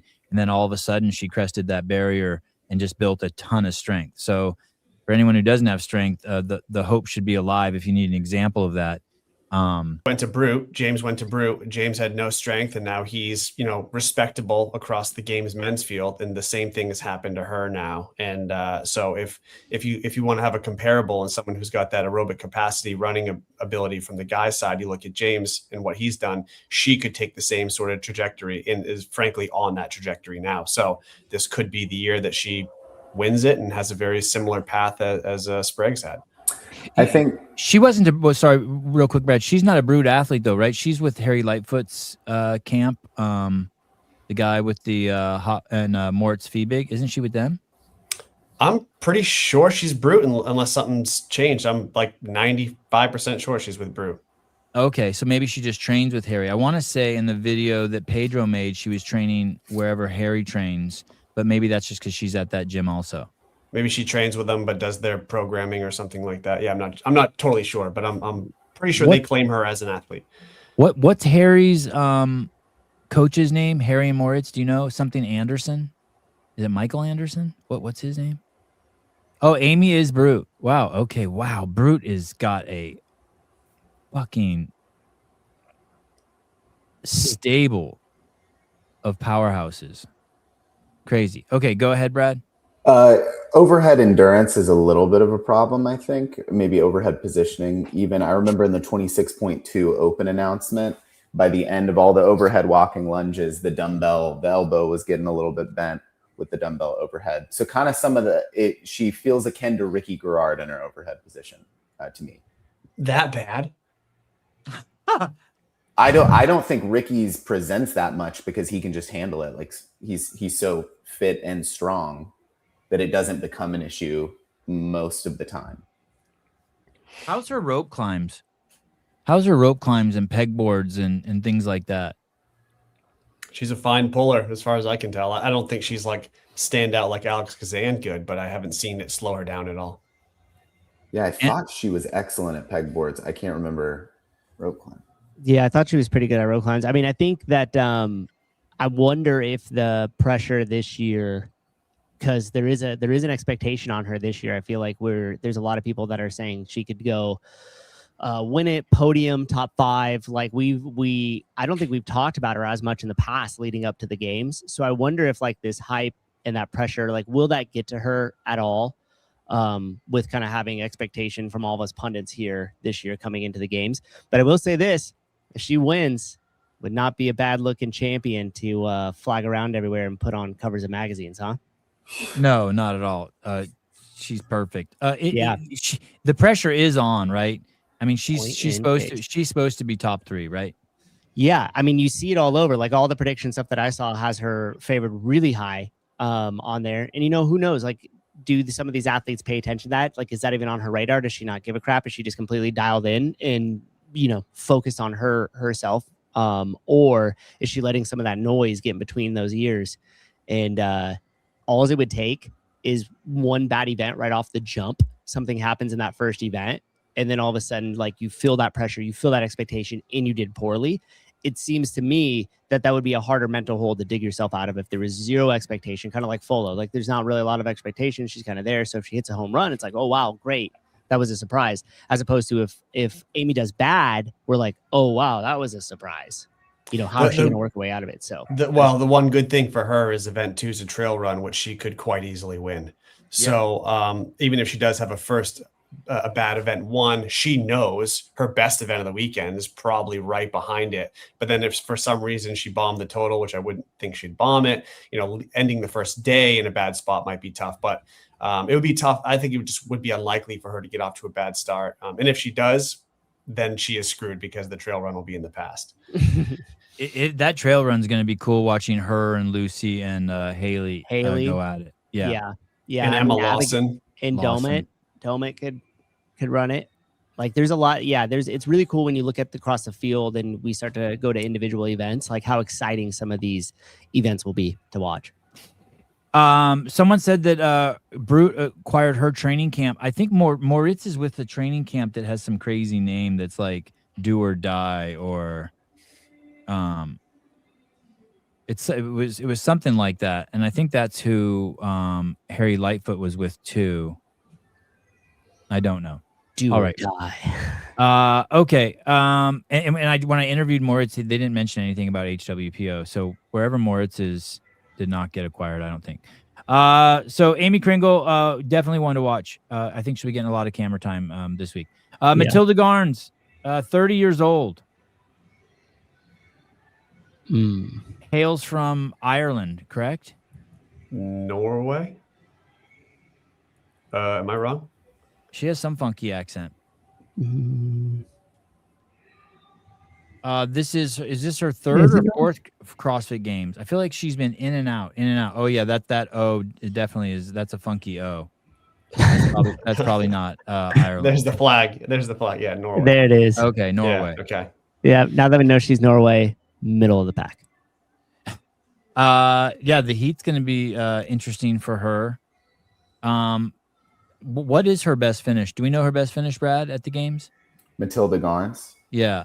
Not off the top of my head. I think 19th or so in that range, I believe, was her best. But she has not really. When's the last time she was back at the games individual? She went team with Noah and co. Yeah, I don't think she's had a super high finish at the games as an individual ever. Yeah, 2022 19th was individual. Okay. Nice work. 2024 third place team. That's okay. So no stranger to competition. Obviously a name we've heard about for years.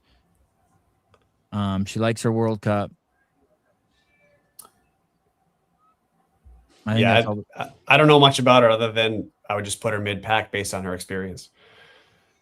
Next up, Ella Wilkinson, 26 years old, Europe. Is she from the UK? Yes, I believe so. I think she trains with Amy a little bit, I believe. Mm-hmm. Took 13th in quarterfinals this year. That's damn good. Highest finish in the Open also is this year, 13th. So she's showing up to play. She's kind of in a breakout mode herself. She got her pro card WFP last year, and now she's kind of breaking out into the games this year. Sorry, 33rd in the world in quarterfinals. I said 13th. It was 13th in Europe. Where did she qualify through? I'm not seeing that. Yeah, I don't see that either. It doesn't have a semifinal since 2024. I need to update this page. Are her and Amy the only two from the United Kingdom, women? Lucy. Oh, right. Ireland counts as the United Kingdom. Oh, so then I guess that would also be who is the other girl we did who's from Ireland? Holly Tynan. All right. Oh, yeah. Wow. Okay. Oh, two Lucys, Lucy McGonigal and Lucy Campbell. Okay, so they got a big contingent this year. It'll be cool to see her compete. Maybe like I think for her, if she does well, probably be upper middle of the pack. I don't know. I don't know if she's got it yet. I think she's still very early in her breakout, just from what I've seen. But all I've seen is her WFP performances. She was at all of the events last year. I would put her maybe not. Yeah, mid pack would be a real good finish for her, I think. What's her training camp?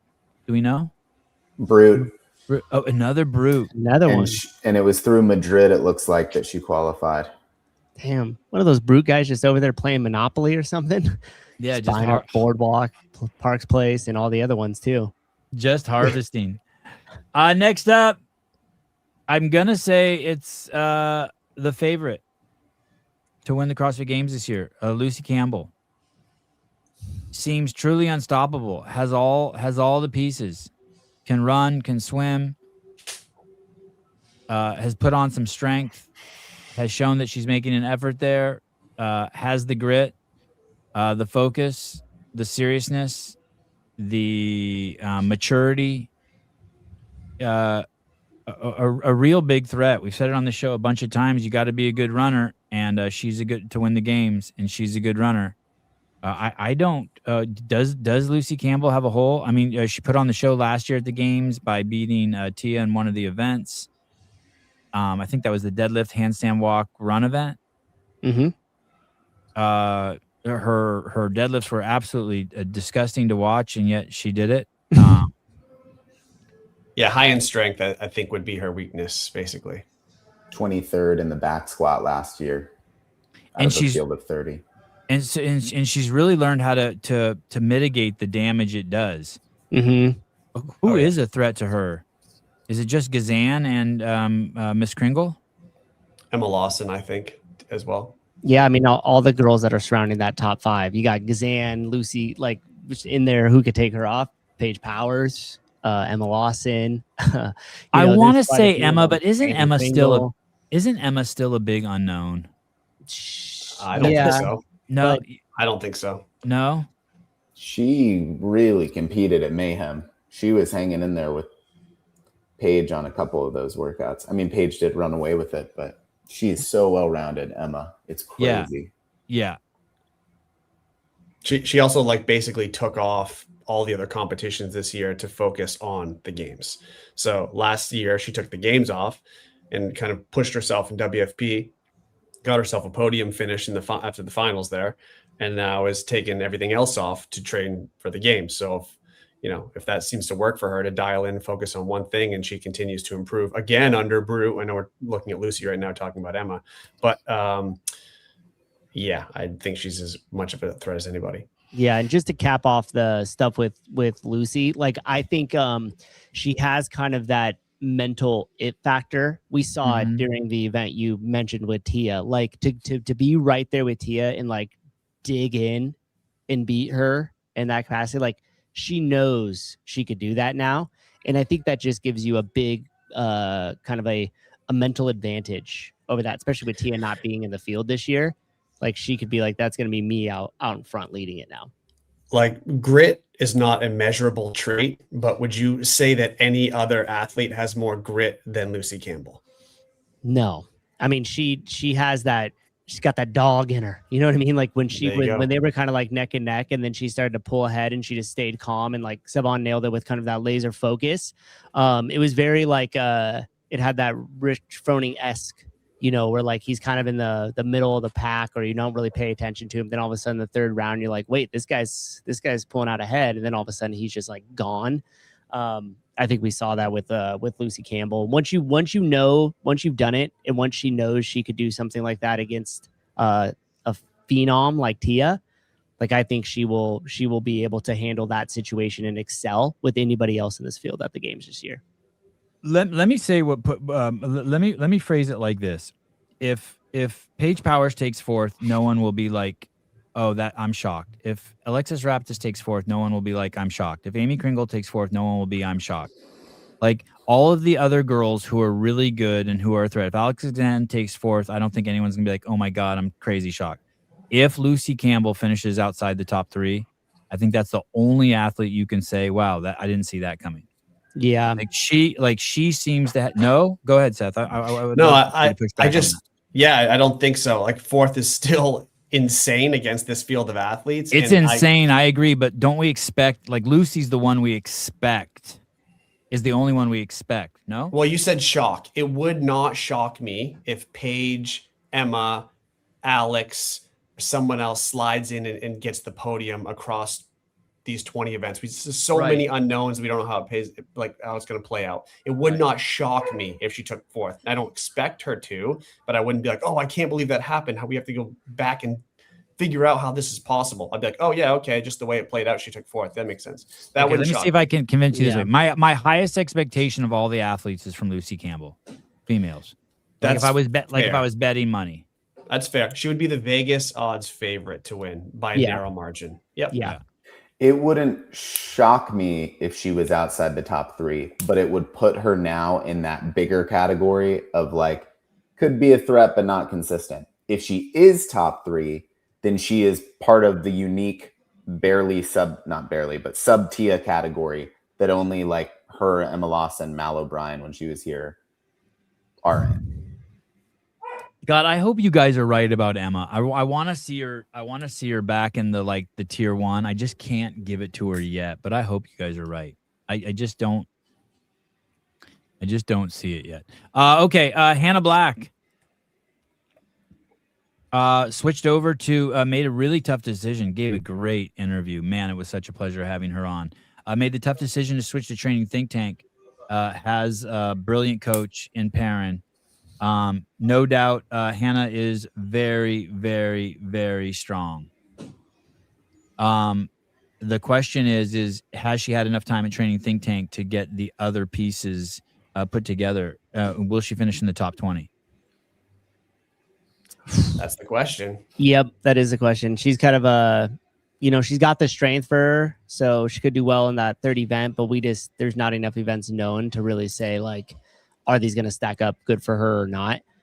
So I think, yeah, middle of the pack, that 20th, like if she's able to do that, that'd be great for Hannah.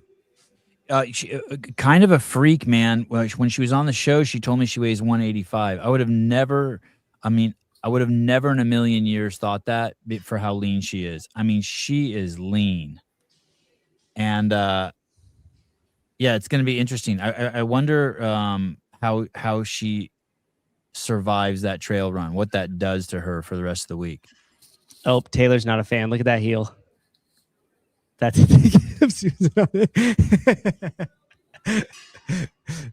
hate to do this, but I think I got to bounce. I think this is the longest I've ever made it without being called off.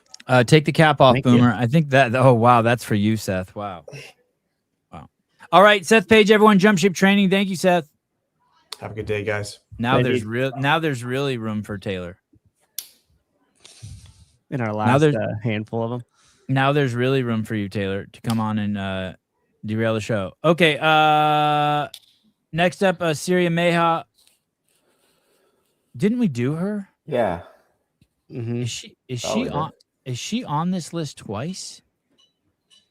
No. Why did we? No. Hey, if she is, dude, if she is, Dave's got to be fired, bro. This is unacceptable. This is where I draw the line right here. We did, yeah. We talked about her for sure. If you miss Syria Meha, head on back. She's gonna be fun. She's gonna be a fun addition to the games. Rachel Noel. Mm-hmm. Wow. She showed up at NorCal and put on a fucking clinic. Mm-hmm. Was all up in Gazan's ass the whole weekend. It was crazy.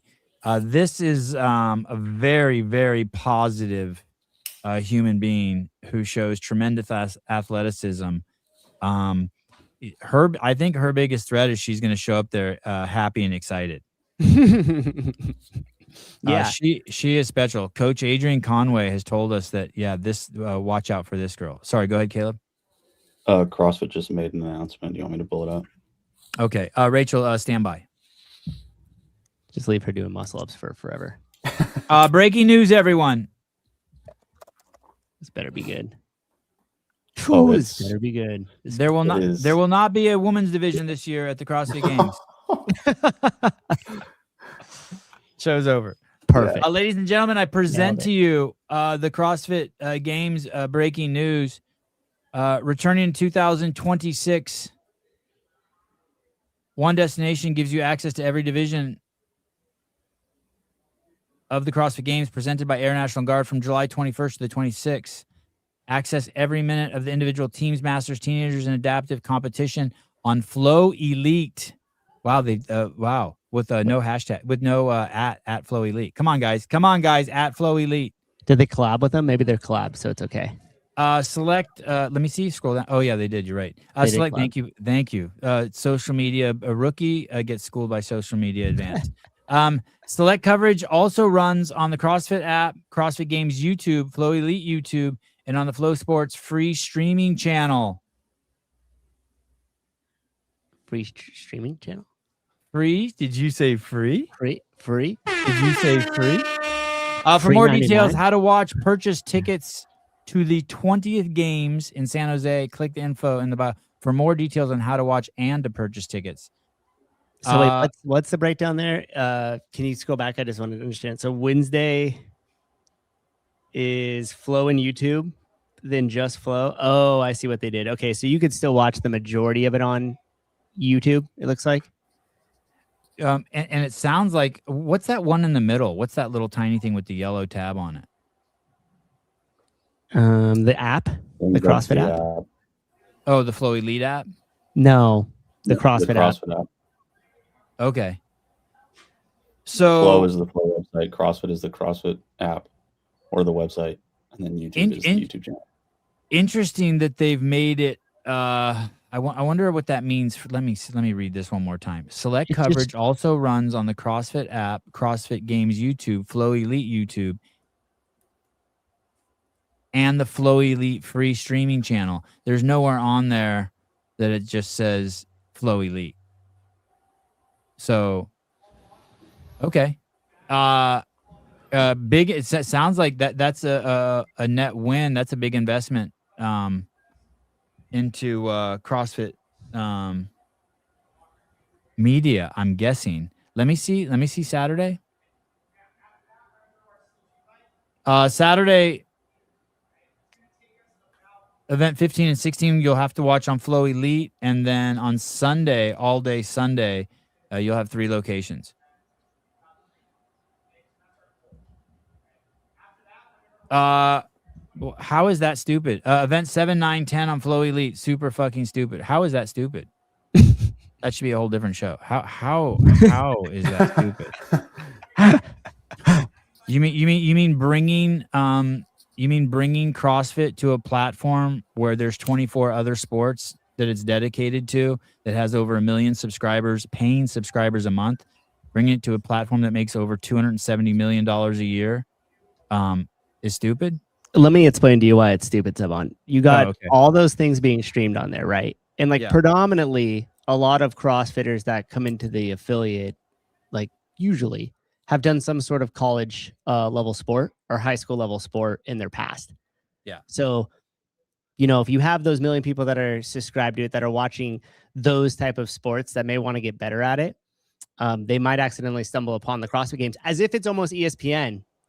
And people still just watch ESPN because we watch cable TV. We don't, but it's stupid because we could get CrossFit in front of an audience that may want to get excited by seeing that because they used to compete in the past as they watch their college level niche sports, and then walk through the affiliate door. And I, for one, do not want anybody excited about showing up here wanting to pay me to do CrossFit. So it's just dumb, dude. What people start busting down my door. Hey, I used to play college. I saw it after my track meet, and now I want to come to the affiliate because I watched the games. No, dumb. Is this a typo, you think? In the women's event, just 15? I'm guessing they meant 13 through 15. Interesting call out. Because they don't even have the women's 13 and 14. Eye for detail, almost like you would need that for your day job. Almost. Don't clip the red wire.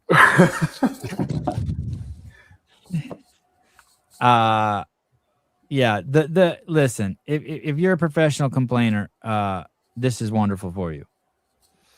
But if you're excited about investment into media in the CrossFit space, this is wonderful for you.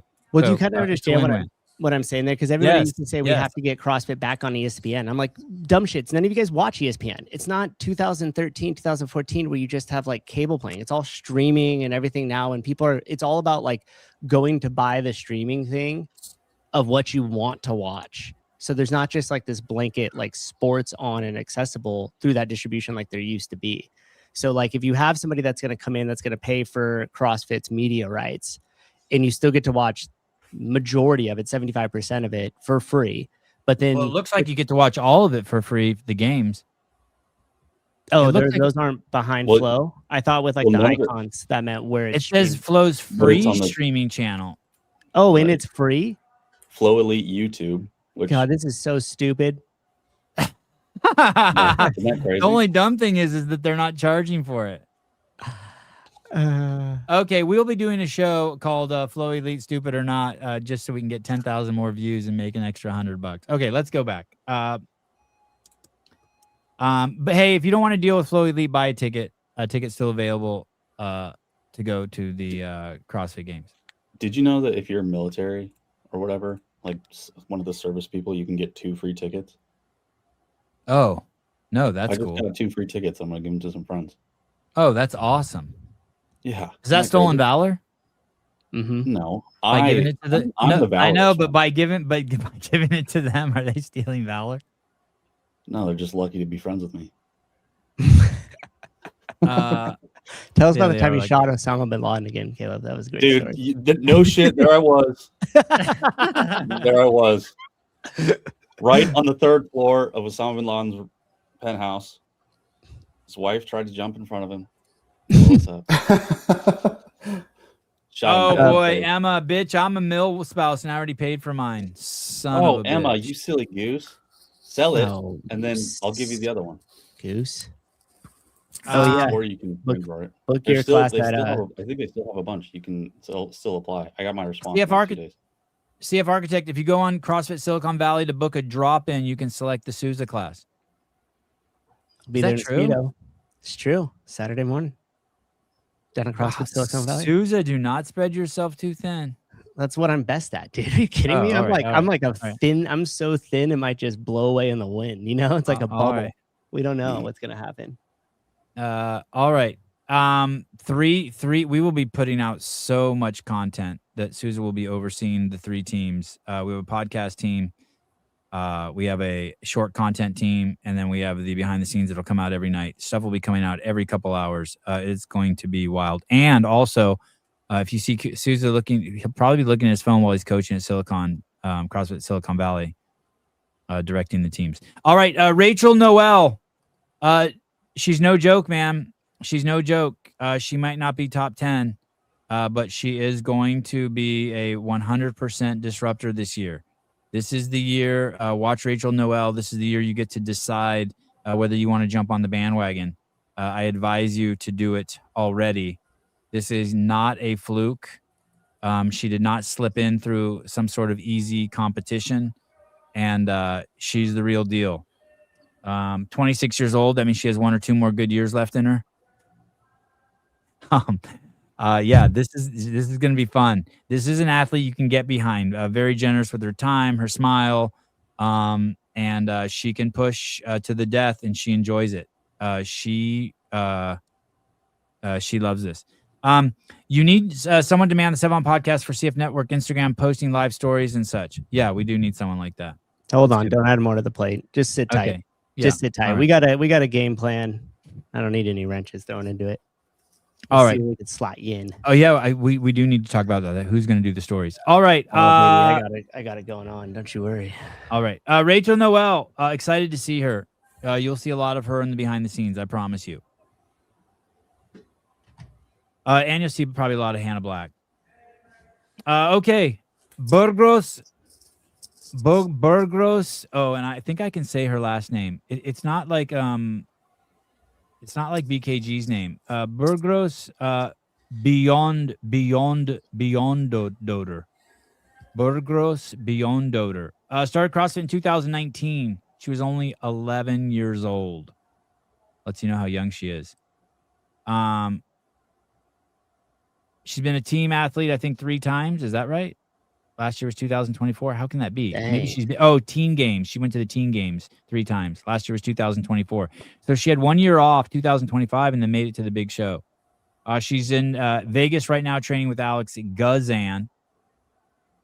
She finished 9th in Madrid and qualified with the online semifinals. She says she's acclimating to the heat. Oh, She ended up with Alex because she's managed by the greatest manager in the space, Snorri. And she's strong, man. She has her roots in weightlifting. Went down to some world championships in 2024 at the age of 17, like some juniors world comp, and took 2nd in Peru. Whoa. That's crazy, right? Yeah, so I think she's here to stay. We shall see. yeah. I mean, you always need a bottom 5 athlete, you know. I think Boy, we're getting late in the show. I think that traditionally the Icelandic athletes have not done well when the sun is out. No, I shouldn't say not done well. They've done well, but they've had their thermal issues. Yeah, it takes a toll. Emma Lawson, 21. Savage. I listened to her most recent podcast last night. I have to completely bite my shirt, swallow my words. I did not think I listened to her first podcast, and boy, the podcast has come so far. She is really good on that show. I cannot believe she's only 21 years old. Yeah, I forgot she was that young. Dang, that's crazy. It was 45 minutes. I listened to it probably at 1.5 speed. You can understand all the words she says. She hits on a wide variety of topics. She even touched on the menstrual cycle topic. The name of the podcast is called Strong Girl Style Podcast. I was blown away. 47 minutes, and I was just like, she had me listening the whole time. She started CrossFit at 7 years old, 2 times kids champ, 4th games as an individual. This will be her 4th games as an individual. She didn't go last year because of an injury to her back that she says she's still managing. And of course, it was so bad that she didn't even know if she'd be coming back. Brood athlete. She talked about her double under workout at Mayhem. I forget what the first movement was, but she was behind. She was in the back of the pack, got to the double unders, did the 200 double unders unbroken. She fancies herself as sort of the double under queen, and probably rightfully so. She's the youngest athlete ever to wear the leader jersey. She's the youngest girl ever to podium. Maybe not now that Kerstetter's been on the podium. Nope, she's probably still. And she likes biking. I think she's in a great headspace. Her words, not mine. She's in 2024. Was just an absolute horrible headspace at the games. Just wanted to get through it and go home. And she says she's in a complete 180 from that today. So if Seth were here, he'd be like, "See, I told you so." She's a podium contender for sure. And if she does get on the podium this year, that will put her in sort of that Lucy Campbell space of like, okay, we put her in the tier 1. That's all she has to do. Get on the podium this year. Wow, David Weed, 2026 champ. Mal O'Brien was the youngest. Okay, you stand corrected. Fair enough. Yeah, she's gonna be exciting to watch this year, and if we said this about a couple of these ladies, but she's got a real chance at winning it too. She moves so well, and I think she's really good at adapting to some of the new tasks. Like she handled the log muscle up at Rogue one year extremely well when it was kind of a new movement or a new implement. She also dates a non-CF Games athlete. Oh, the strong dude. Jack. Yeah. She doesn't have any indicator of like killer instinct is the weird thing. I agree. At least that I've seen. Like, which is crazy that she can compete at such a high level without ever showing any aggression in like a post-event interview or something like that. But it does make you go, I don't know if she has the dynastic capability that a Lucy Campbell has. Well, the one thing too is like if she's able to excel as well as she has without that killer instinct, so to speak, then that just shows like how fit she is and like mentally where she's at right now. By the way, breaking news, the Page podcast with Pedro is tomorrow. I apologize for the misinformation. Wow. Classic. On it, somebody fired that guy. There is some chatter that we're hearing that Emma is not 100%. And that it is not her back. Shoulder? I'm gonna say her back looks pretty good, and she was squatting earlier. Yeah, I guess at WFP she had a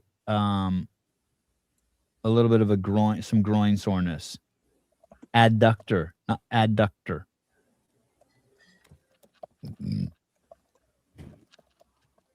Yeah, I don't see her shifting her weight. Which you think she would be doing if there was an issue. So maybe that's just a fake news. Okay, Emma Lawson, Janie Chevry, extremely well spoken, extremely young. Great choice in men. Only 23 years old. I think a bit of an unknown. Canadian. No one's perfect. Her mom trained at AFT's gym, Brett Marshall, for 10 years. For those of you who don't remember, AFT was supposed to win the 2007 games. He ended up taking second to James Fitzgerald. So she has some crazy lineage. She was a collegiate tennis player. I love her. I love tennis. Big sucker for tennis. She was a collegiate tennis player. That shit is not easy, and she knows there's levels. She tells a story on the podcast with Dave about someone who won 2 national championships, collegiate national championships in tennis, and still wasn't even good enough to go pro. So she knows that there's levels to the game. She's aware, and I don't think she would have entered this CrossFit thing at this level if she didn't think she had it. So I'm going to guess the self-belief is there. Although once again, she looks tall. She's only a tiny 5'3".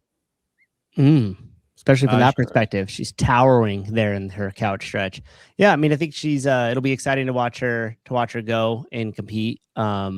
She's a competitor. She's a competitor. She wants to win. Yeah, and I think she's got a good shot at middle of the pack this year, coming onto the scene, and I think that's about what we'll expect from her.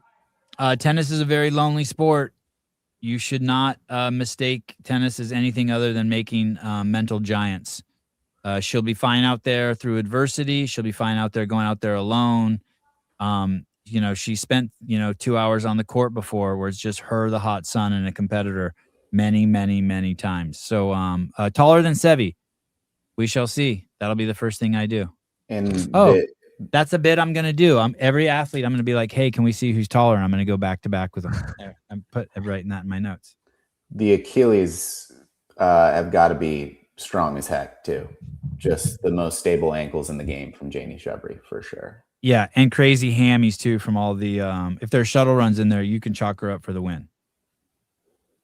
Her lateral movement's great. Okay, what was the bit I'm going to do? Who's taller? Who's I taller? already started my notes. Who's taller? Who is taller, me or you? How many games athletes do you think I'm taller than? 10. Men or women? Yeah, men or women. 17, baby. Yeah, I was just gonna double. Caleb's gonna go 20. Yeah. Yep. 20. There's I'm 60, there's 60 in the field, right? Total? Yeah. Yeah. 33. No fucking way, dude. Yeah, dude. Half. I'm giving it a half. It will be interesting. The rumor on the street is that she is dating Ty Jenkins. I always wonder how that is going to affect Rumor, huh? them emotionally, right? And I think most of that will fall on Ty because there's so much. Ty is on the super ascent, and whether he can stay focused and kind of suppress empathy and compassion until Monday with anything that happens to Janie along the way. So that should be interesting. Okay, Lucy McGonigal, a fan. I think she's going to become a fan favorite. Honestly, I feel like she just squeaked into the games. Super duper young, 19 years old, great attitude, some massive holes, right? Just outright has declared war on running. Her hatred for running. Yeah. Been at the proven camp though, and we know that those guys are making some beasts over there. So who knows how much she's progressed since the last time we've seen her too. Adorable and fierce, like my wiener dog. Very cute, but still bites the kids once in a while. She doesn't have as glaring of a running weakness as we see in some other athletes. So even if she doesn't, hype her up. Let's go, Brad. If she doesn't like it, I think she doesn't like it. But I don't think she's just got the straight up. I don't think it's a guaranteed last place. I think it's a bottom half finish right now, and she definitely needs to get it in the top half. I think she will. Not this year, but I think give her a year or two. I don't think running is like a huge hit anymore. And this as fierce as these guys are, I can't think of really a better place to be than at Proven, because these guys I feel like can go from really serious to really lightheartedness very quickly. And my sexist comment for the show, because it's been 2 hours 19 minutes and I haven't said one yet. I think that's really important for women, because I think Colton can walk by Ricky and slap him on the back and be like, "I beat you at that one," and Ricky can walk by Colton on the next workout and say, "I beat you at that one." And there's like there's a lightness yet seriousness to it that I think a lot of women probably struggle with. And I think being with this crew here, these Australians, wow, they got Kaylin Souza too. Look at that fucking photo. Yeah. It's a crazy picture. Look at Nick Johnston trying to get some fucking camera time. I know. I saw him sneak in there. I was like, wait a minute. One of these does not look like the other. And look at Bailey Martin's lat. My God. Holy shit. Bailey's a freak. I think this is a great place for her. I think if Proven's great for men, it's even better for women. I think that what you can glean off of these guys in terms of keeping your head screwed on tight is going to be really good. Yes, I do. Sevon, do you think Annie, Katrin, Laura Fraser will show up at the opening ceremonies for past champions? I do. I have to. I do. I don't. I do. I think for certain they do. If I had to guess one that might not, I would guess Laura. But I still think she shows up. All right, McGonigal, get on the bandwagon now, man. She's fun. Say you've liked her since the beginning. 11th last year. Can she crack top 10? Yeah. Wow, she was 11th last year. That's impressive. Crazy. Shane is her coach. Yep, another problem. Another problem for the her competition. Miriam Von Rohr. Crazy athlete, man. One French throwdown. Beat Kringle. Wow. So this is the dark horse that's not really a dark horse, right? This is like, hey, you're saying she's a dark horse just because you don't know what the fuck you're talking about, but actually she's not a dark horse. She's a serious threat. Colton-esque in the way of, depending on programming, home run capabilities on a few events, depending on programming, can win a whole competition. But the more varied the competition event layout, the more also bottom 5 finishes she could have. She reminds me of the who's the girl out of Vegas? Bethany Flores. No, not Bethany. Who was the one? This chick was Carrie really Pierce. good. Yeah, Carrie Pierce. She gives me Carrie Pierce vibes. In terms of just her where she's gonna fall in her accomplishments, not necessarily her skill sets. Yeah. She's very, I think she's very private too. I'm trying to think if she's ever done a podcast. Yeah, and I think this. Oh gosh, I don't. This could be way off. She could just be shy. I wonder how confident she is in her English to do in English speaking podcasts. What is she? Swiss, I believe. Could be 4 languages if she speaks. I don't know. Will she win the total? Definitely going to win the back squat. Yeah, and I think any workouts that are going to be more open-esque style or that quarterfinal style where it's just like couplet or triplet and just straight up work capacity, like I think those could be some pretty big home run events for her, and that might keep her inside of that top 10. Big engine, lots of grit. Big engine, lots of grit. She won the back squat. Sorry. No, keep going, Becky. You're good. She won the back squat last year with 360. So yeah, she'll crush the back squat. I don't know about the press or the deadlift. I'm gonna guess her deadlift is fucking crazy. Honestly, I think something like 2007 Hopper, short, super short range of motion pull-ups, Yeah, and a great engine. I don't know if 1,000-meter row is enough to get her behind because it really is those 125 pull-ups. She could really destroy that workout. Yeah, I think she might win that one. And the thing is I remember I used to call her the High Rocks girl. So she's not afraid of running. Mm-mm. She really fell apart on ring muscle ups during the open. I think it's some of those. I mean, to your High Rocks point, I think it's some of those higher skill movements. Some of them really, really mixed modal CrossFit with high skill can stop her up. They're saying Kyra wins the back squat. I don't think so. That would be cool. I want her to. Next up, the young Miley Wade. 18 years old. Only 138 pounds. Just a little crumb running around out there. This is the future, ladies and gentlemen. This is also she may also be a threat in the run. Mm-hmm. This girl's got wheels and this girl's got grit. I mean, this is her first year at the games as an adult, and so I think this is just going to be an experience year for her. Yeah, I don't know. I think middle of the pack would be great for her, and she's just going to get a bunch of experience. But she's so young, so like her growth potential is huge throughout the next couple of years. So it'll be interesting to see what she does as a rookie this year. Hey, she's letting go of her false grip in the forward roll? Did you see that? No. Is that a generational thing we're seeing? Oh wow. Oh Almost yeah. even held a false grip at all.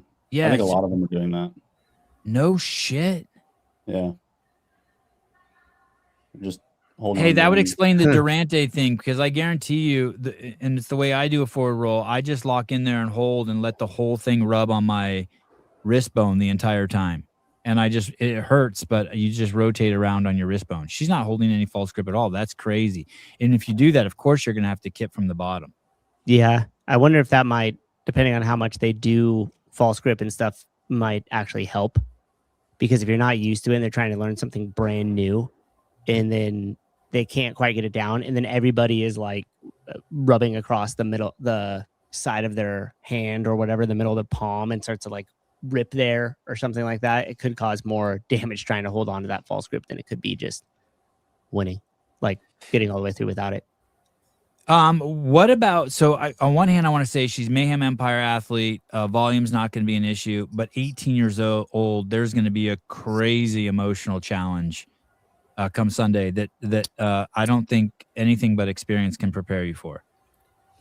I think, like, again, looking at Matt Burns' comment, which is saying maybe something similar, bottom half not ready for the beatdown mentally or physically.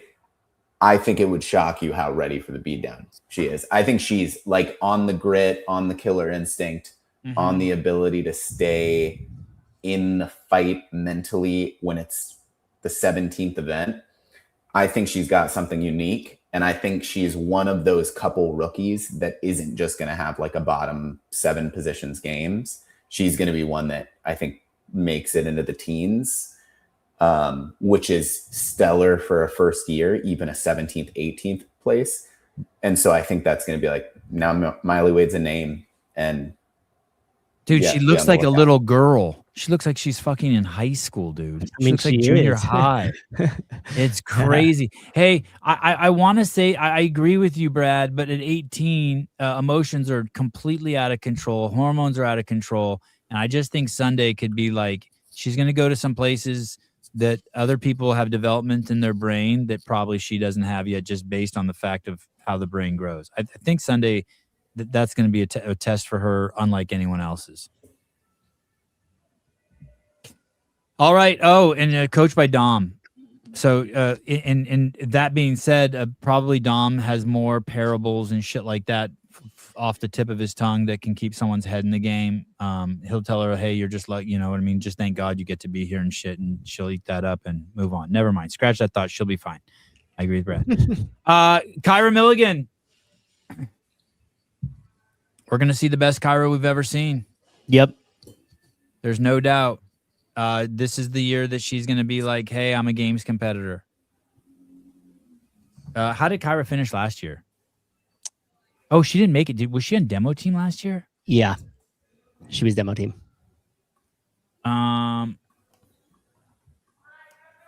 At the game, she took 7th in 2023. That's a damn good finish.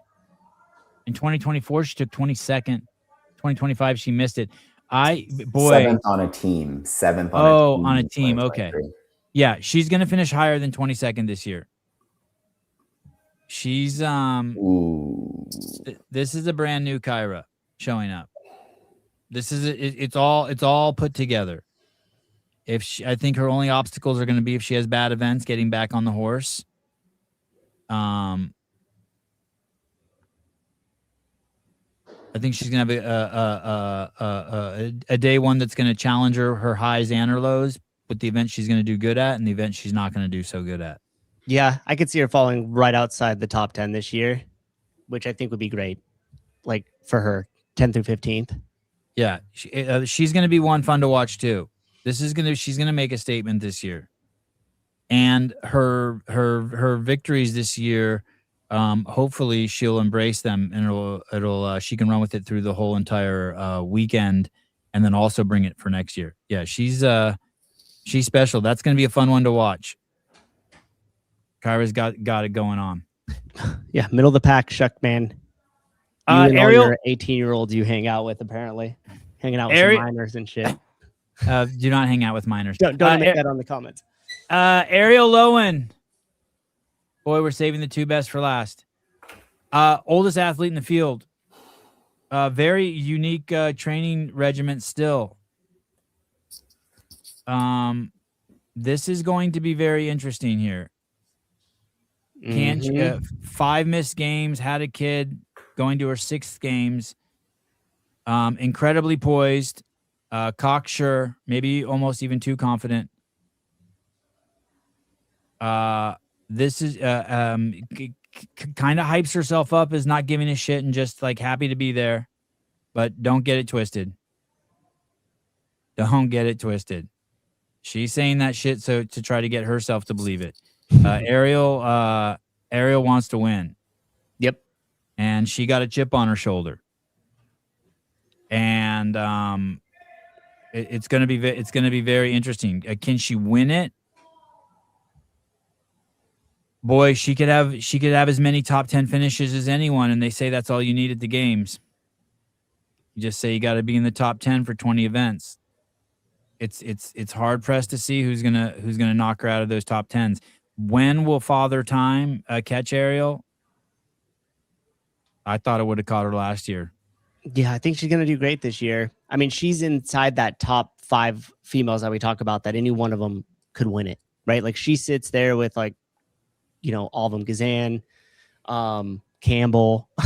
Like there's just a handful, Danielle Brandon, Emma Lawson. Like we've just mentioned a bunch of them that sit inside that top 5. And any one of those women, when you talk about it and you're like, she could win, nobody would disagree with that. So it's really going to say like who could stay mentally in the game across these 20 events, because these points could be really tight between those like top 5 women right there.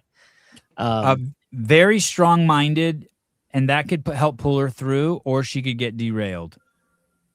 If the wrong thought enters the brain sometime during the weekend, it could derail her. Something happens to where she starts spinning a story where something's not fair. She gets frustrated, or she could stay extremely focused. Very strong-minded. Whatever gets in there is going to stay in there like a fucking steel trap.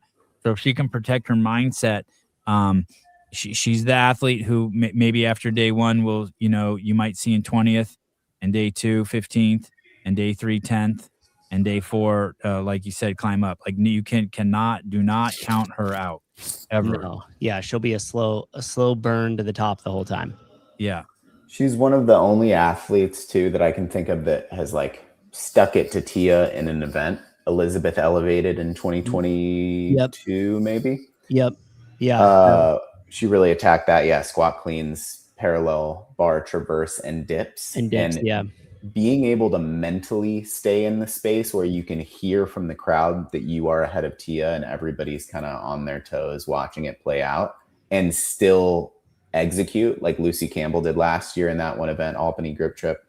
That's pretty crazy. And I also think she's an athlete like Colton who knows how they need to compete. psychological, Yes, like how they yes. need to carry She's themselves mature. through the week. Yes, yes. Mhm. Which is going into 20 events. I think the more events, the better for her.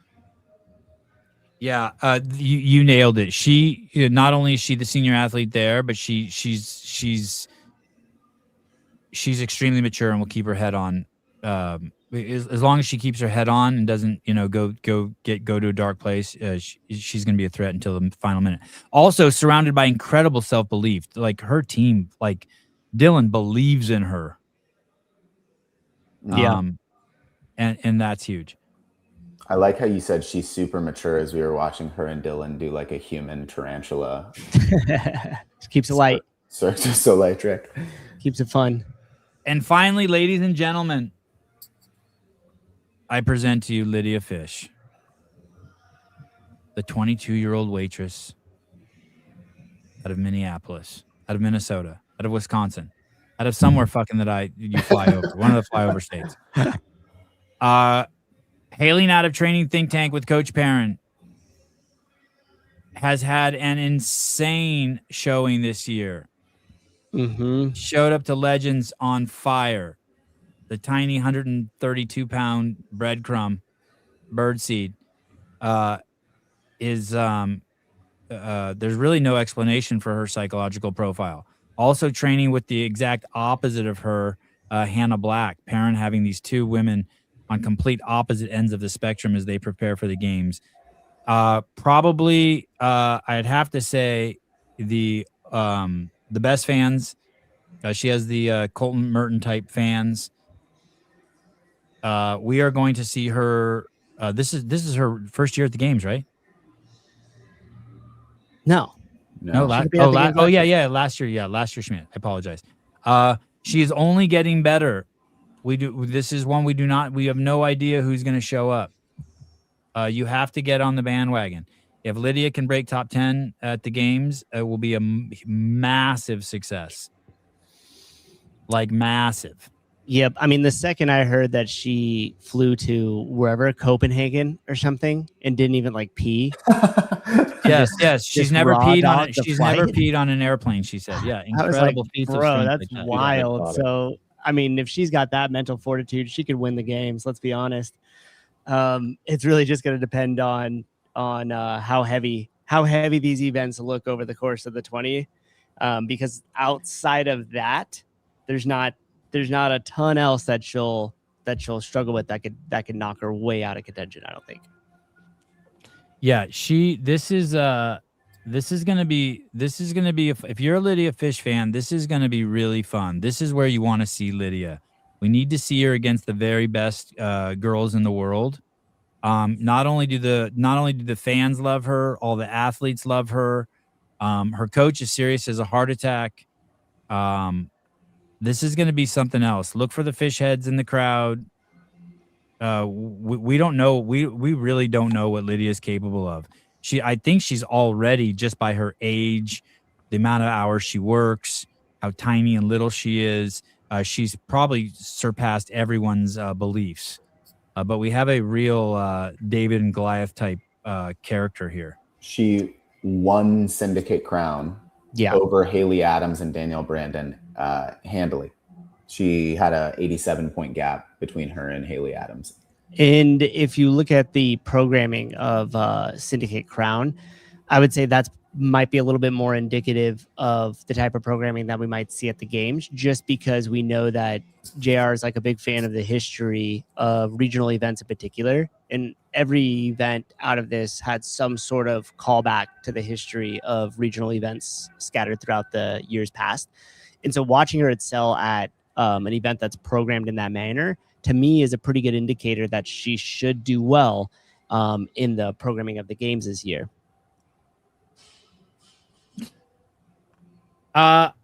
Wow. It doesn't surprise me. It doesn't surprise me. And I think she'll be the middle of the pack. No, I just want to show you guys really quick the fucking sheer amount of idiocy that's on the internet. Not that you guys need a reminder. It says right here that it's on the Flow Sport. It's on YouTube, Flow Elite YouTube, and on the Flow Elite's free streaming channel. And the very first comment is, "So we're being charged to watch the games." Perfect. Wow.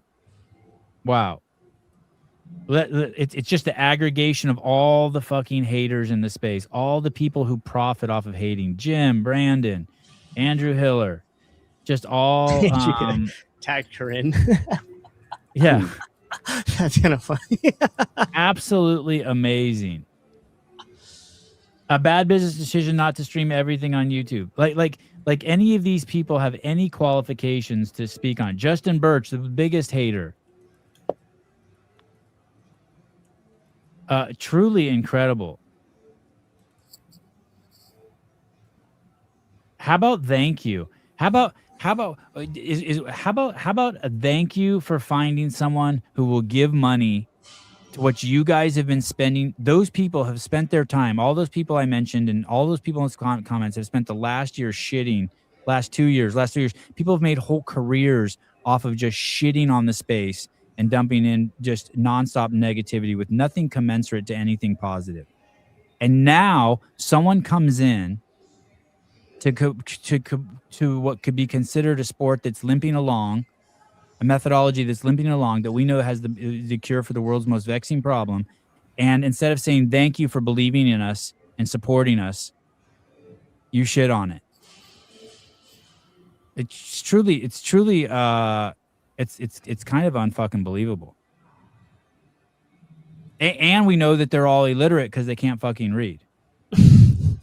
Got no time to read. It's about the headlines, baby. The headlines. I should comment in there curating illiterate people from the CrossFit space. You're what gives people who weightlift a bad name. That's why they think we're all moronic meatheads. All right. Lots of content coming out. What is today? It's Wednesday. It's trash day.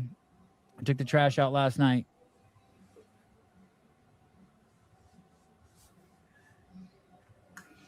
When I was a kid, they didn't have YouTube. When I was an adult, they didn't have YouTube.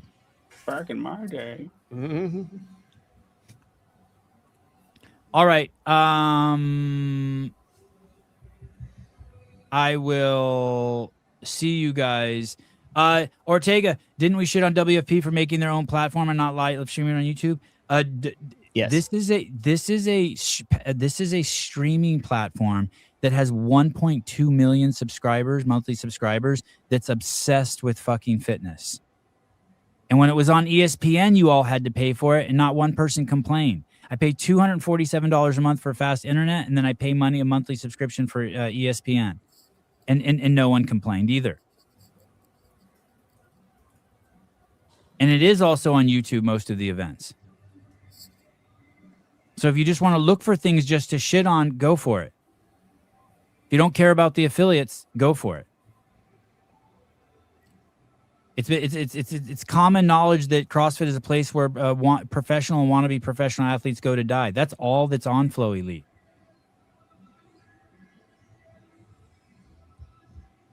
I just don't want to switch platforms. Fine. Hey, listen, I want a bigger TV. I want a 100-inch TV. And I want a smaller cock.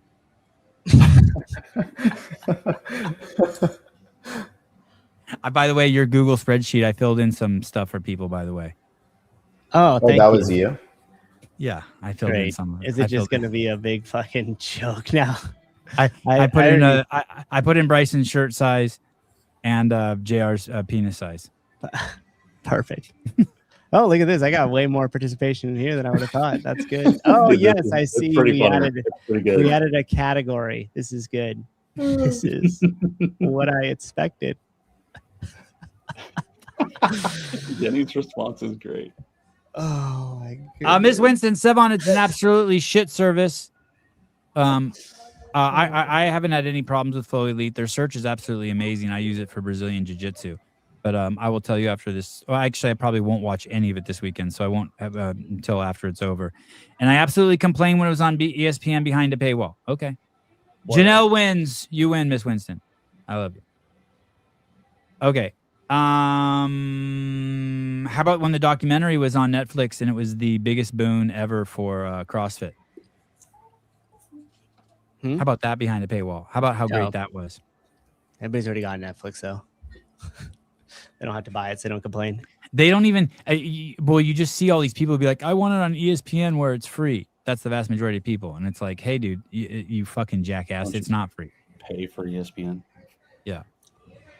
They charge you $10 more every year. All right, you're welcome for the two greatest shows we've done on this channel. Monday morning show and this morning show. Thank you to Seth Page, Taylor Self. Oh no, Taylor's not here. Taylor, where were you this morning? He's in the comments. Contributor. Okay.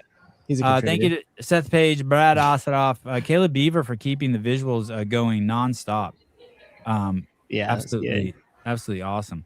Matthew Souza, and we will see you guys very soon. Oh, do I have a podcast at 4 today? No, there's not one scheduled today. Who wants to be a guest at 4 p.m. today? To get a couple of them, but bring me Ricky Garrard and Jay Crouch at 4 p.m. today. Yeah, bring them to me. Bring them to me. Daniel Brandon, Ricky Garrard, and Jay Crouch today at 4 p.m. on the Sevon podcast or CF Network. You choose. We will talk to all of you guys later. Bye-bye. I'm ready, and we'll be back with the starting lineup for tonight's game between DePaul and Wisconsin in just a moment. Oh, I'm so frustrated trying to think of something to post on my gym social media account. Wait, you're not seriously posting your own content that you make yourself through Canva, are you? Yeah, I am. Is there another way? Oh, you gotta check out Gym Creatives. Visit gymcreatives.com. Gymcreatives.com? Yeah, Gym Creatives. They handle Instagram posts, they handle YouTube thumbnails, reviews, testimonials, and now they've even got auto posting. Auto posting? What's that? That's right, auto posting. They'll send 36 creatives direct into your inbox, but it's gonna have your gym, your members, your messaging, your logo, all just prepared for you, ready to go. That's 9 per week. Exactly, 9 per week. And all I have to do to get this is visit gymcreatives.com. Yeah, gymcreatives.com. Visit today.